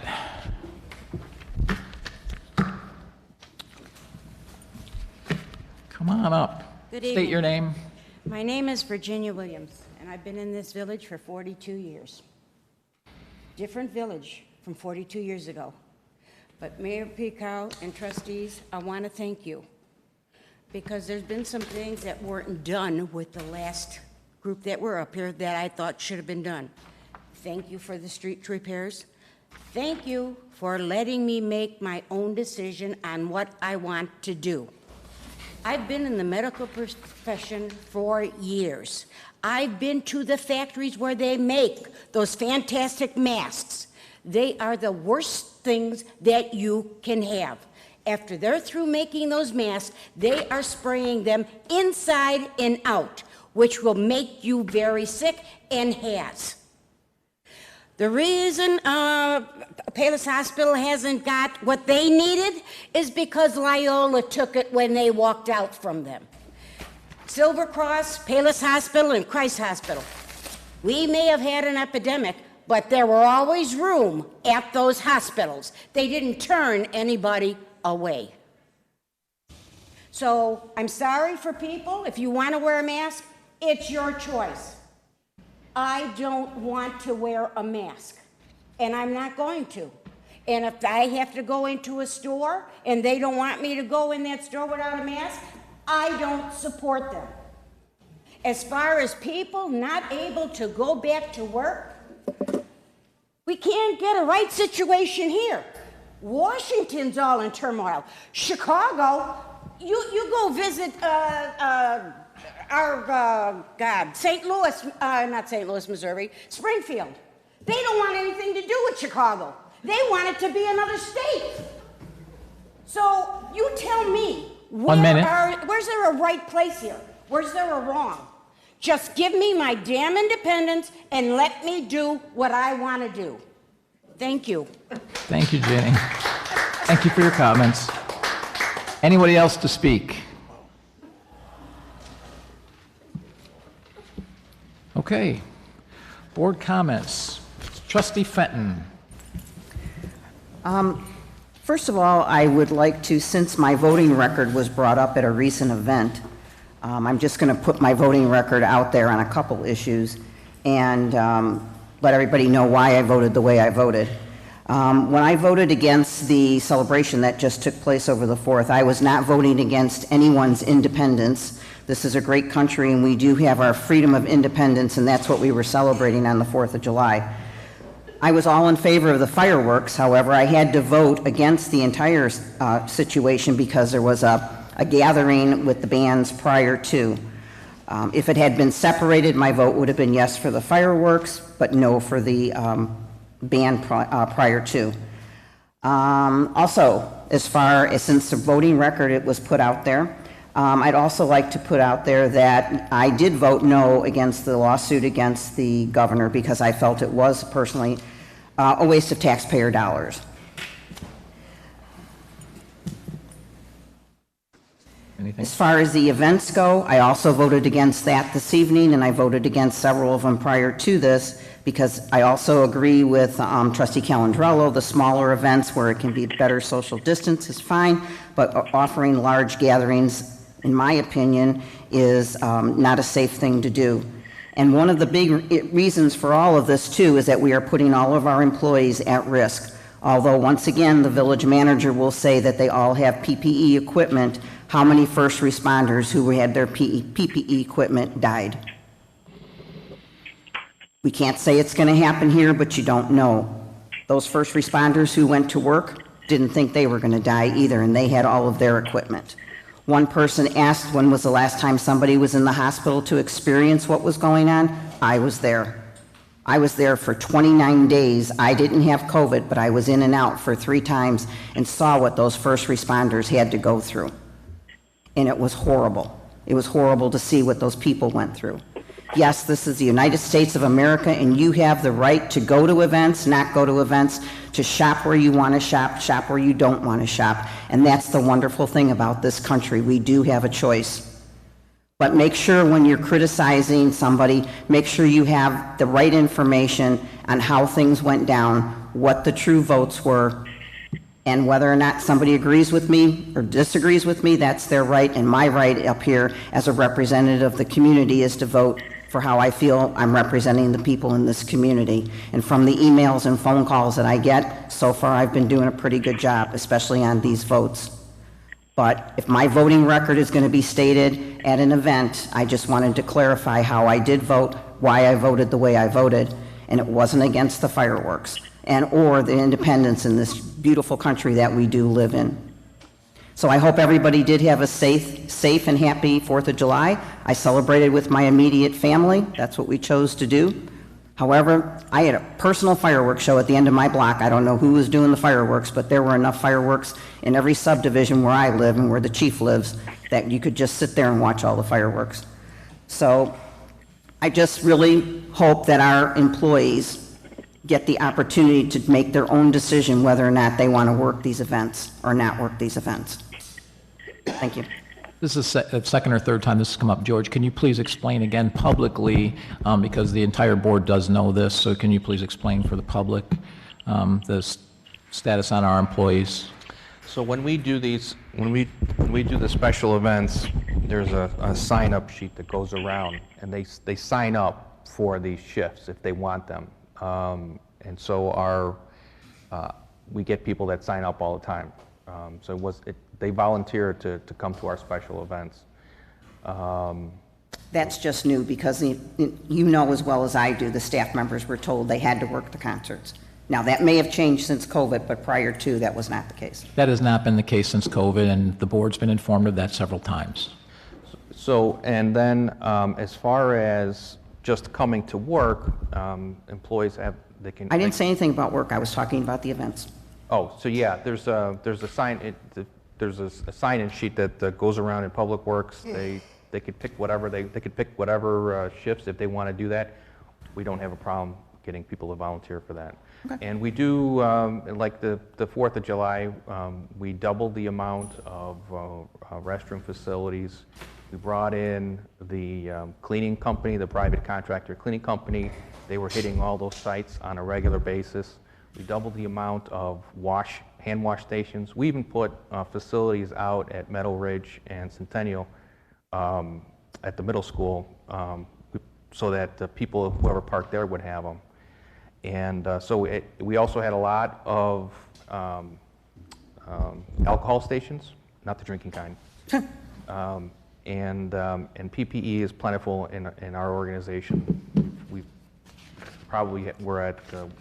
Throughout this whole thing, we probably ordered 40,000 PPE. So if any employee at any point feels uncomfortable, they just need to go to their supervisor. We have never been punitive at all throughout this whole process. That it's really important for us that we maintain the health of our employees, our residents, and our guests. Trustee Dodge. Thanks, Mayor Peacock. Sorry, is there an echo or no? No, not for us, just for you. Great, thank you. Couple of comments. So broadly, I'd like to thank everybody for speaking tonight because clearly there's a lot of energy and passion and sincerity on this topic on both sides. And so I'll paraphrase Voltaire when he said, I'm paraphrasing, of course, I may disagree with what you're saying, but I'll defend to the death your right to say it. And I think that's important as we think about how democracy should function. And so people coming up and engaging public officials like ourselves is exactly the right way to do it, even if we don't necessarily see the same situation the same way. So I appreciate everybody's comments, again, both sides. I'd also like to quote from an email I received this morning from John Hopkins, as a matter of fact. I've signed up for their email since the start of all this, and I paid close attention to the University of Washington's website, which I think is one of the best ones for summarizing the data. And my point here is simply this. Science is never settled. Data always changes. Quoting now, airborne transmission. The WHO, U.S. CDC, and other experts have continually emphasized that respiratory droplets are the main driver of SARS-CoV-2 transmission. However, 239 scientists from 32 countries are reportedly challenging that notion in an open letter to the WHO. And my point is simply this. We all have to make decisions, whether you're a public official or you're just an individual. You have to make decisions in uncertain times and with unclear information. As we think about what the current data and science is telling us, I personally think generally the direction we're going is prudent. That said, my wife and I always wear a mask when we're outside of the house and in public places. And to be clear, we very well may choose not to attend the concerts or the taste of Orland. However, as a public official, I've said it repeatedly, I am paying attention to the data, even if you might not agree with my interpretation. I am closely paying attention to the science as it evolves, as science always does, and I'm trying to make the best decisions I can on balance for the community and for the individuals. Someone said it earlier, and I apologize for not knowing who it is we take these steps back towards normalcy. I don't think we're going back to the way we were. I don't yet know what the new normal looks like. But as we take steps collectively back towards normality, we have to do things like this. We all have to exercise individual responsibility to be prudent. One of the things that we talked about earlier was the ability to, if the data and the science indicate that these are high-risk events to hold, I'm fully comfortable as a board member recommending to the rest of my board members to reconsider. We do need to kind of get back towards normality, and I think that's an important piece for all of us. And I have my family, I have my friends, and we all need to take individual responsibilities and be cautious about this. So again, you know, when I took the oath of office for this position, I was pretty sure you're not always going to get agreement. That's not how our form of government functions. And when you have a disagreement with the branch of government and the other co-equal branch of government doesn't do its job, then the third branch, the judiciary, comes into play. Do I think the lawsuit was a great expenditure of money? No. Do I think the core principles of trying to seek relief through an appropriate third branch of government when the first two don't really do their job? Yeah, I think we need to take a look at it. As things continue to evolve and change, we will adapt to that situation as we get there. That said, impassioned public speeches are exactly the way democracy functions. Now we need to think about it in a civil manner, which tonight has been. We've expressed our opinions. We're listening to each other. We see things differently, taking in the perspectives and data, and we make the best decision we can under very uncertain circumstances. Thank you. Trustee Calandrello. Just a couple comments. First of all, I hope everyone had a safe 4th of July. I guess we're correcting the records. We're correcting the records today. So again, just like Trustee Fenton said more eloquently than I'm going to, is that, again, my vote was for the fireworks, however, not for the band, and to put people together. I enjoyed the fireworks in a parking lot very close to Centennial Park. We probably 50 cars. We were spaced out perfectly. We behaved. We stayed away from each other. We were safe. We wore our masks. We even were able to put the YouTube channel on. It was almost perfect. I think it was a 3-second delay, which for fireworks, it was matching up perfectly. So I want to thank our citizens who did that. I was told that the parking lots were full. People were staying away from each other. People were celebrating safe. So I did not vote against the 4th of July or independence. I'm an attorney, and I swore to protect and defend the Constitution. So that's one thing. Second thing, I guess, again, we're correcting the record. Today, the mayor made comments regarding I'm a new financial conservative or something to that effect. We have the same record on our finances, Mr. Mayor. We've all voted. We have not voted for a tax increase. This is actually a really good segue. I was going to mention our property taxes came out today. Again, the average taxpayer pays less than $500 a year towards the Village of Orland Park for all the services we provide. That includes our police department. You can match it with other government entities, and we're one of the lowest. Again, less than $500 for the average homeowner in Orland Park. And I know, Mr. Mayor, you hate me keep on repeating this, but it's less than 7 cents per dollar that you pay to the Cook County Assessor's Office or the Treasurer. So I guess it was a good segue. Thanks for reminding me to talk about the tax bill and how low it is for the Orland Park portion. I can't speak for the others, and we can't control the others. So we have the same record on our financial conservatism and making sure that we're good stewards of the taxpayer money. And finally, you know, all of us here are trying to do our best, and sometimes we look like we're strongly disagreeing, that we're not being civil, but I always try to do that. I've never called anyone names on this board floor ever. And I know Mr. Mayor and we had this conversation after the election, how we appreciated, or you appreciated my role in the election of being respectful. And then Mr. Healy and I've grown up with your kids. You may have made some comments about me today, but we'll hopefully have a beer when we can, sooner or later. Same thing with the mayor. We've had Starbucks. We had dinner, breakfast at South Fork one day. Hopefully we have the same. And Cindy and I could talk to everyone. We all had something. So at the end of the day, I'm here in this seat, as long as I'm here in this seat, to do the best, in my opinion, for the taxpayers and for the residents, for the health and safety. As we can see, we have a disagreement, but this is what government is about. And I think Trustee Dodge, again, said it more eloquent than I am saying it today. So with that, I want to thank everyone who spoke today. Again, I don't agree with everyone. I agree with some, but it's great to have that debate. We also had some young people talk, which I think is great to be involved in the process. So, and Virginia, I love her. Hopefully we'll see you at church sooner or later. And with that, maybe this is a question for staff, and you could answer it later offline.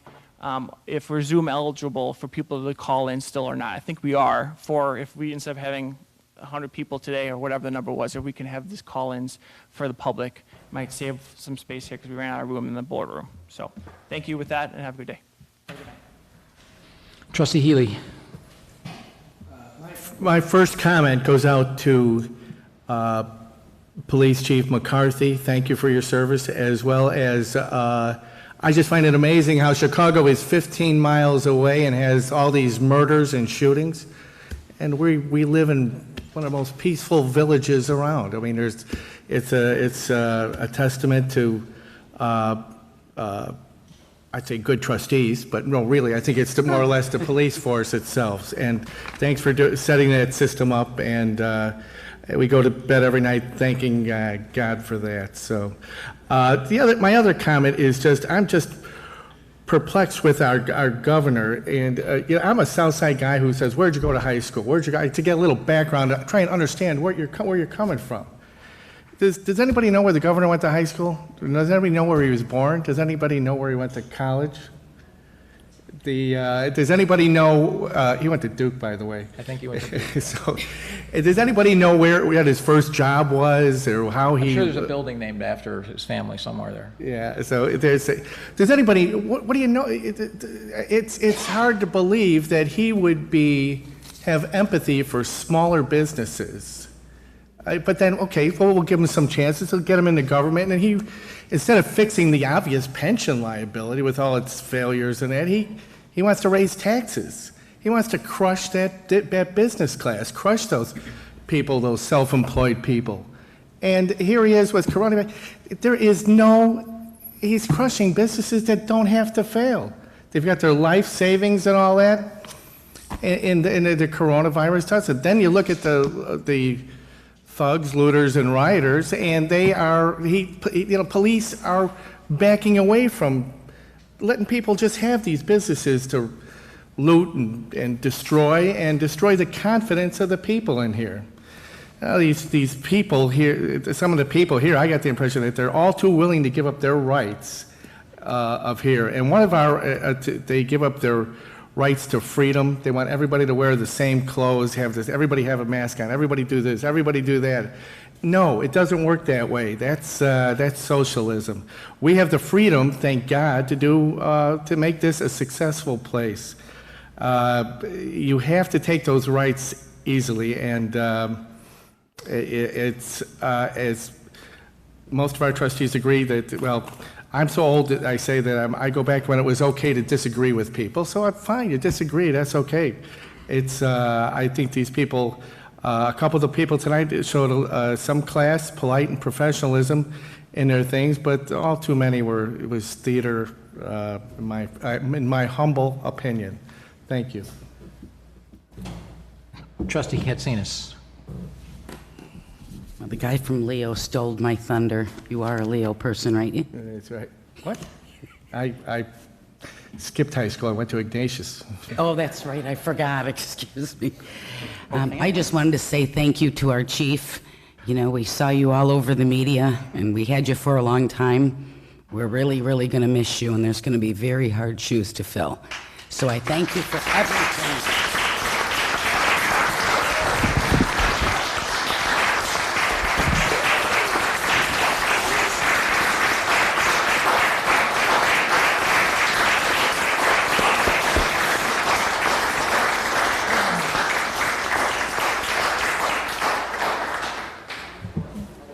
So, thank you. I didn't mean to come on to you like that. You mean to cry? But we appreciate everything. You're gonna, hard shoes to fill. Very hard shoes, and you've demonstrated just a little bit of your capability and that of your command staff over the last couple of weeks that have been really, really tough. So we really, really appreciate you. We're gonna miss you. We wish you and your wife and your family and your grandkids the very best. And thank you again for your years of service to Orland Park. Trustee Malani. I'd like to thank Trustee Katsinas for totally throwing me off my rhythm with the standing ovation, but we do wish you well, Chief McCarthy. We are going to miss you. Wow, tonight was interesting evening. I mean, we got to get our back to normal plan back in place. We're going to move forward with that. We finalized how we're going to handle our special events and give people the opportunity to go outside. Space out as much as they like, be comfortable with it, and be able to distance accordingly. Wear a mask if they like. More importantly, have the choice of whether to attend or not. I listen to the comments, and we tend to make assumptions of people, and we judge, and a lot of us do take the health and safety of our population and our residents very seriously. We understand the implications. We understand the risks of COVID-19, and we have seen what it can do to a population. You don't know what we go through on a day-to-day basis because we're not always up here sharing. And I don't think we have to. I wear a mask when I go into a building when it's required. I maintain my distance from people. I'll go out to eat both indoors and outdoors with my family. I'll go to a store, and I'll visit friends that are comfortable with me visiting. But most importantly, I respect the other's wishes to do what they feel is necessary to maneuver during this time. Just like before the meeting today when I came to you and asked you if I should put my mask on or not sitting next to you. And our lives are full of choices. You can choose to wear your mask, you can choose not to. You can choose to frequent a business that may or may not adhere to CDC and IDPH guidelines. You can choose not to go there. You can agree that the economy should reopen. You can also think that it's too soon. But to be honest, these are your choices. It's your right to make those choices and stand by them. You can even try to influence me that you're correct, and I'll be more than happy to sit there and listen because that's your right to tell me. But I think sometimes people push to the point where it's almost abusive and inflammatory. And to do that just to get your point across, I think it crosses a line into being harassing and unwelcome. We have to keep in mind that our point of view is not the only one in the world. Everybody has their own opinion. And I understand that the past few months have been rough for everybody. And, I just ask of everybody the next time, before you decide to unload your opinions on everybody or try to argue with somebody what you might not agree with, just think of three things. Is this something I need to say? Does it need to be said by me? And more importantly, does it need to be said by me right now? And kind of put that into perspective when you're talking to people. And I really think it's going to make these next few months of getting through this a whole lot easier. So, thank you all. Thank you. So I'm going to say a little bit more than I planned on, because some of the stuff that came up tonight. But I'm going to go I'll go a little deeper into the mask issue than what I was planning on because we heard a lot about it. And I already told you that somehow we've made this a political issue. I've told you what the state of Illinois recommends, including what the most effective measures are. There's a reason for that. It'd be a lot, in my opinion, it's a lot more helpful for everyone to get the facts, and it allows you to make informed decisions and accept your personal responsibility. Unfortunately for everyone, the information coming from the CDC and the WHO has been changing regularly and going back and forth, and I think it would have been a lot better for all of us if they would have admitted up front that, hey, we don't know, and here's our best guidance that we can give you, as opposed to saying something definitive and then changing again, and then changing back again, and changing back again. It obviously, you lose some credibility. With that said, I'll give you some of the latest guidance, and I do talk to health experts, as we've talked about pretty regularly in the area, including epidemiologists, including infectious disease specialists. And according to the research, according to them, there are 0 scientific studies on the effectiveness of cloth masks. They're also not included in the pandemic training that the CDC makes us all take. It's not included. Social distancing is in there, but they don't talk about masks, and now that's something new. Regarding the use of cloth masks, though, the WHO and the CDC do agree on a few things. That they don't protect the wearer from coronavirus. They don't do anything if a person is healthy. They help stop the spread of a virus if someone is sick, coughs, or sneezes and leaves the mask on their face when they do it. And it can also be accomplished by covering your face or by coughing into your elbow. So those are things that you can do. That's what the mask really does. It helps with that. It doesn't hurt to wear it if you can't social distance, particularly in indoor settings. That's what they agree upon. The WHO actually gives a lot more guidance. It's like 8 pages long, but I summarized what they talk about, because I think this is important for people to understand, because I think some people are somewhat, they're misinformed. I don't think they're ill-intended, they're just misinformed on some of the information they have. So medical masks, so those are N95 masks, or similar, which our police wear and our fire department and our medical folks wear. They should be worn continuously by healthcare workers in clinical areas during their routine activities. However, staff who do not work in clinical areas do not need to use a medical mask during routine activities. So that should tell you something about that. They recommend that persons with any symptoms suggested of COVID-19 wear a medical mask, not a cloth mask, a medical mask, self-isolate and seek medical advice. Vulnerable populations, people over 60 or with underlying comorbidities or immunosuppressed, should wear a medical mask for their protection wherever they can't get physical distancing. Still, physical distancing is the most important thing, but a medical mask for those people. So if my daughter has lupus, she should wear a medical mask, not a cloth mask, because she's immunosuppressed.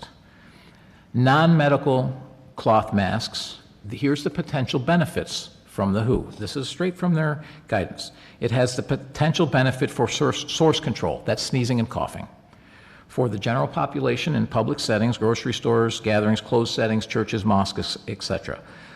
People living in cramped conditions, such as refugee camps and slums, which we don't have here. General public on transportation, bus, planes, and trains. I tell you, I was on a bus recently, and yeah, definitely wearing a mask. They list several benefits of healthy people wearing masks.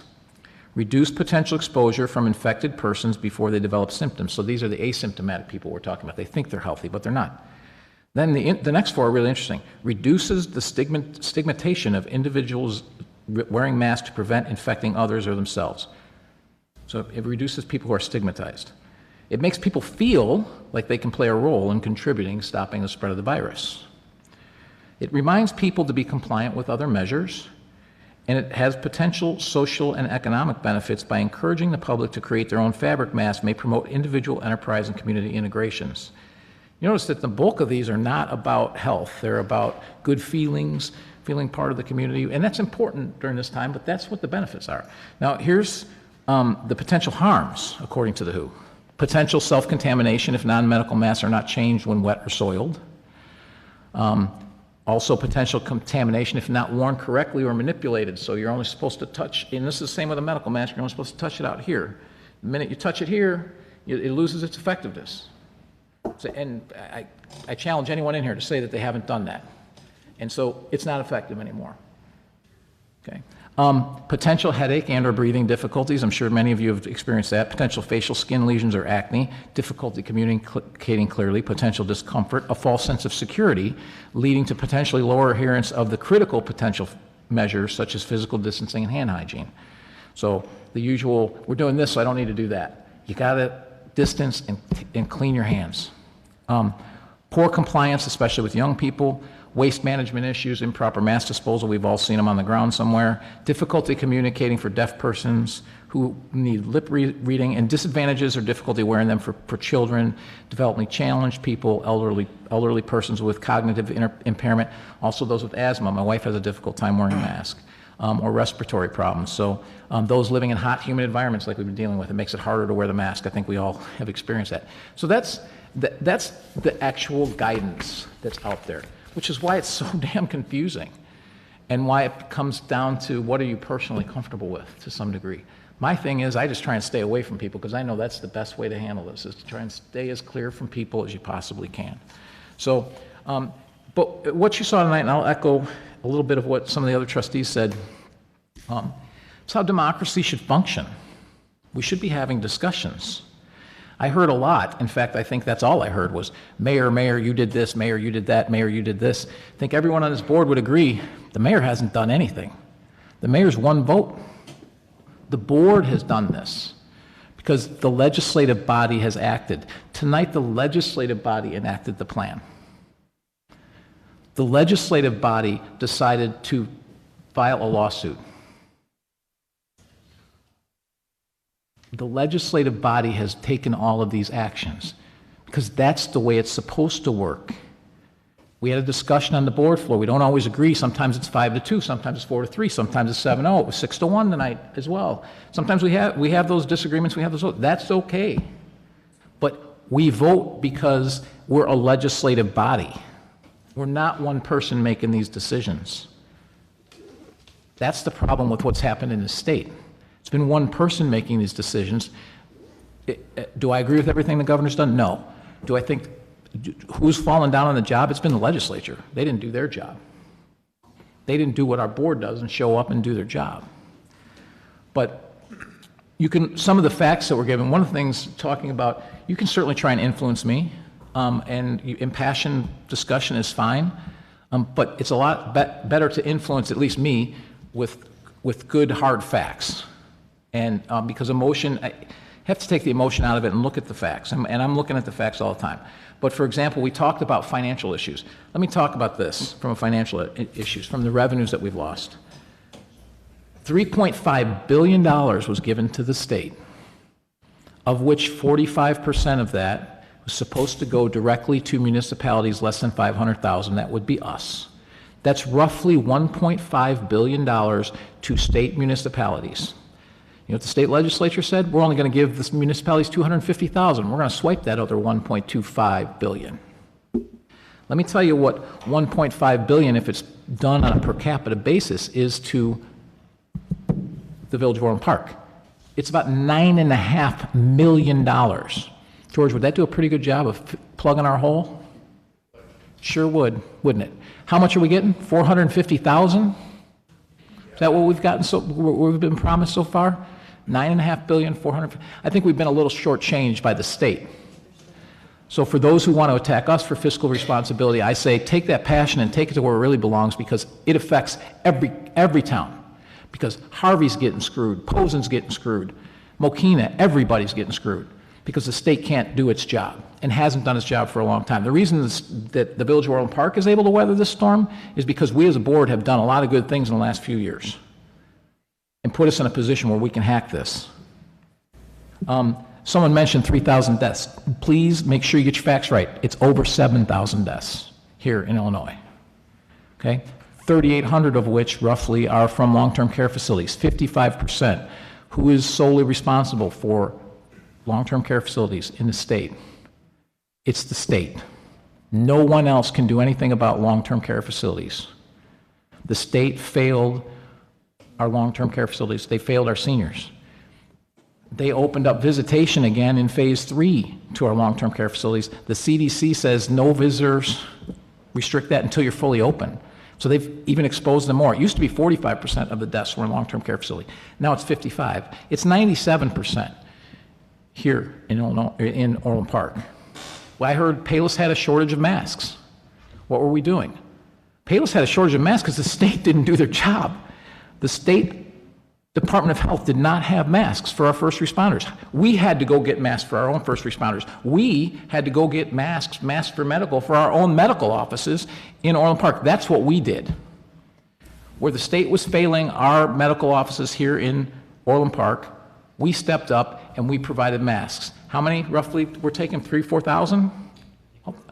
5,000 masks to our medical offices that couldn't get them. The hospitals could get them because they can order in bulk, but the smaller places couldn't get them. So that's the kind of stuff that we've done. I heard about Arizona, Texas, and Florida. I look at these numbers all the time, and one of the things, and I also listen to the experts, and the experts said at the very beginning, don't close down too soon. If you close down too soon, you'll never get a spike. And then when you open back up, you'll get a spike. That's exactly what happened. Those places closed down before they had the requisite number of cases and the caseload they should have. And so then they open back up, and then boom, because they never had enough cases, you have to have herd immunity, and they had none because they had so few cases. So each state is different. You can't really compare us to state, because you say Arizona, Texas, and Florida, and I'll tell you that our death rate is over double all of them, triple the three of them for the most part, except for Arizona, we're over double. Indiana, Wisconsin, South Dakota, and Colorado didn't implement masks. They've done better cases per million, deaths per million, everything. Their economy's more open, all of that, than Illinois did. We're not going to know everyone took different approaches. We're not going to really know the answer to this 3 months out. 3-4 months from now, we look back and we say, how did you do as far as protecting your seniors? How did you do for deaths? And that includes Illinois. We're not going to know where we stack up. Right now, we don't look too pretty. We're in the bottom 10 in everything. But maybe that isn't the case in 3 months. I don't know the answer to that, because everyone spikes at different times. The model that Trustee Dodge talked about, the Washington model, that predicted that Texas and Florida and Arizona were going to peak in like mid-June. So this isn't a shock. This was always predicted. Other states, everyone was progressing at different rates and peaking at different times, just like countries did. So it's not a surprise, just like counties. And that's the beautiful thing of Wisconsin. We just approved a plan because of what happened with the governor, but that's the same thing that happened in Wisconsin, and everyone thinks Wisconsin just went wide open. They didn't. They turned it over to local communities. And if you look at how Wisconsin's done, they've done great because they're local communities. All of us care about the people. We may have differences about how to handle it, but we all care about our communities. But we have a pretty good feel for our communities, and we're looking at the data. Guess what? In Wisconsin, that was the same thing. And some of the counties opened completely. Others, like Milwaukee, Madison, they stayed shut down because they had a lot more cases. Well, here in Illinois, that approach probably would have worked too, because we still have some counties with no cases, or like one, right? And they've been shut down this whole time. Really? I mean, to compare downstate, Edwardsville to Chicago and put them on the same timeline doesn't make any sense. So using some judgment in those different regions, Colorado's done that really well. They have different regions, and they let the different counties do that. And they've done and if you look at those numbers, you look at how they're steadily decreasing and all that, it's great because there's a balance. You're balancing the cases, you're also balancing the healthcare system, but you also need your economy to open up so people are working, so that there's not people stuck on unemployment, not people that can't afford these things. So it's a balance. So for all the states that you're saying are spiking right now, there's also states that have done really well without it. So it goes back to the point that nobody really knows. But back to something Trustee Dodge says all the time, everyone has the right to make their choice. But our job as a government is to inform you. And I think we've done a great job of that. Someone said today, I saw something from the lawsuit. Well, I've been putting PSA videos out since the middle of March to keep people informed, showing them the data, showing the information. So if you're only seeing it 2 weeks ago or a week ago, you're really late. You've missed about 27 or 28 informational videos. We've been trying to keep you informed so you can make those decisions. With regards to the plan tonight, the state court, as we talked about, declared that the governor's executive orders are void. That's why we needed to do something. So we thought it was appropriate to provide guidance on the opening. And it is important to note it's guidance. Okay, again, we don't believe we have the ability to mandate it. We certainly couldn't enforce 3,000 businesses and all their actions, and they know their businesses better than we do, and they have to make their customers feel comfortable. And there's enough information out there. If your customers aren't comfortable, they're not coming in. So I encourage you to use all of the information and read the whole plan, like Trustee Dodge said. Also conduct an internal analysis, determine what other steps you can make to help employees be safe and customers be safe. Talk to your risk managers, your insurance companies, your industry groups. Look at the IDPH guidance. Look at all that to help you make your best decisions for your businesses. At the end of the day, it's up to us to give you the best information you can so that you can make your best individual decisions and take personal responsibilities. I think we've done that. But we've talked about whether or not you have to wear a mask or not wear a mask. The businesses ask you to wear a mask, you got to wear one to go in there. If they don't, then you don't. And if you don't want to go in, don't go in.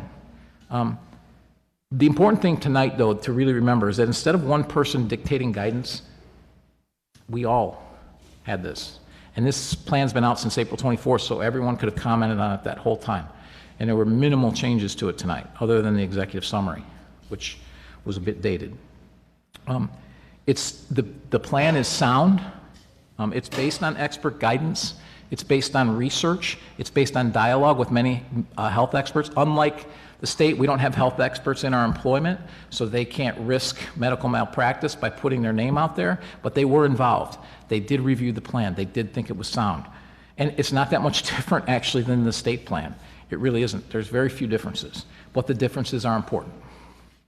So now I'll go to the closing comments, which, yeah, I'm sorry it took so long to get there. You're all aware by now, thanks to Cindy and Bill, that Chief McCarthy's retirement after almost 27 years as our police chief. His leadership of the department has turned it into a model for the rest of the country to follow. I didn't meet the chief until after I was elected, as long as I've lived here. And the first thing he said to me was, "You remember, Chief? I heard you want me to resign. Let me know if that's what you'd like." I said, "I don't even know you. That would be a hasty decision. How about we get to know one another first?" That's simply the type of person that the chief is. He's straightforward. He tells it like it is, which I really appreciated. Since day one, I have valued Chief McCarthy's honesty and his leadership. His wise counsel over the last 3 years has been invaluable to me through some really unprecedented times. COVID, the recent riots in the area, the protests. As you know, I've spent some time in combat, and during that time I've served with and for many great leaders. Chief McCarthy certainly holds a place among those great leaders. And it's been my absolute honor to have him serve as the chief of police during my tenure. The Village of Orland Park is lucky to have had him as their chief of police, and we should all thank the village board almost 27 years ago that hired him, and I think Kathy was on that board, maybe Jim as well. Most of all, Chief, I want to personally thank you for your outstanding service, particularly during the last 3 years, which has made my life a heck of a lot easier. Thank you very much. I also want to thank staff for all their hard work in putting on a great 4th of July weekend full of activities culminating in the fireworks display. They did a great job of ensuring that social distancing was maintained. Just an outstanding job, and there were thousands of people out there, and then people in other nearby parking lots also enjoying it as well. Also, as always, our residents were very respectful of others. I really want to thank our residents, because your efforts through all this COVID-19 stuff has made our lives a heck of a lot easier. I encourage you to consider this thoughtful respect for others as we continue our slow march back to normal. It is your continued efforts that will allow us to keep our businesses open more fully and host more events. I also want to congratulate the board for their efforts to pass the Back to Normal plan today and giving our businesses and residents some guidance. I think it's important. It's the way it's supposed to work. Legislative bodies going to work and doing their jobs rather than one person dictatorially making all the decisions. So everybody, please have a great week. Please do as great in the next month as you've done in the last month, and we'll be able to see some of these events because we can always, if data shows otherwise, we can always change our position on it. So hopefully it continues to trend in the right direction. With that, I'll entertain a motion to go into executive session. Mr. Chairman? Trustee Fenton. Move to go in executive session for A, approval of minutes, B, pending litigation against, affecting, or on behalf of the village when found by the board that such action is probable or imminent. Second. Second. Call the roll. Trustee Fenton. Aye. Trustee Katsinas. Aye. Trustee Dodge. Aye. Trustee Calandrello. Aye. Trustee Healy. Aye. Trustee Milani. Aye. Mayor Pico. Aye. And the executive session will be in here as in the past. If I could also just introduce Alex Scharf. Alex is our new Economic Development Coordinator. This is his second day. First day. First day. He's already got a plan. First day. Got a plan. 5 meetings set up right. Can I go to the bathroom? Right. Can I go to the bathroom? So welcome aboard, Alex. Thank you. Welcome.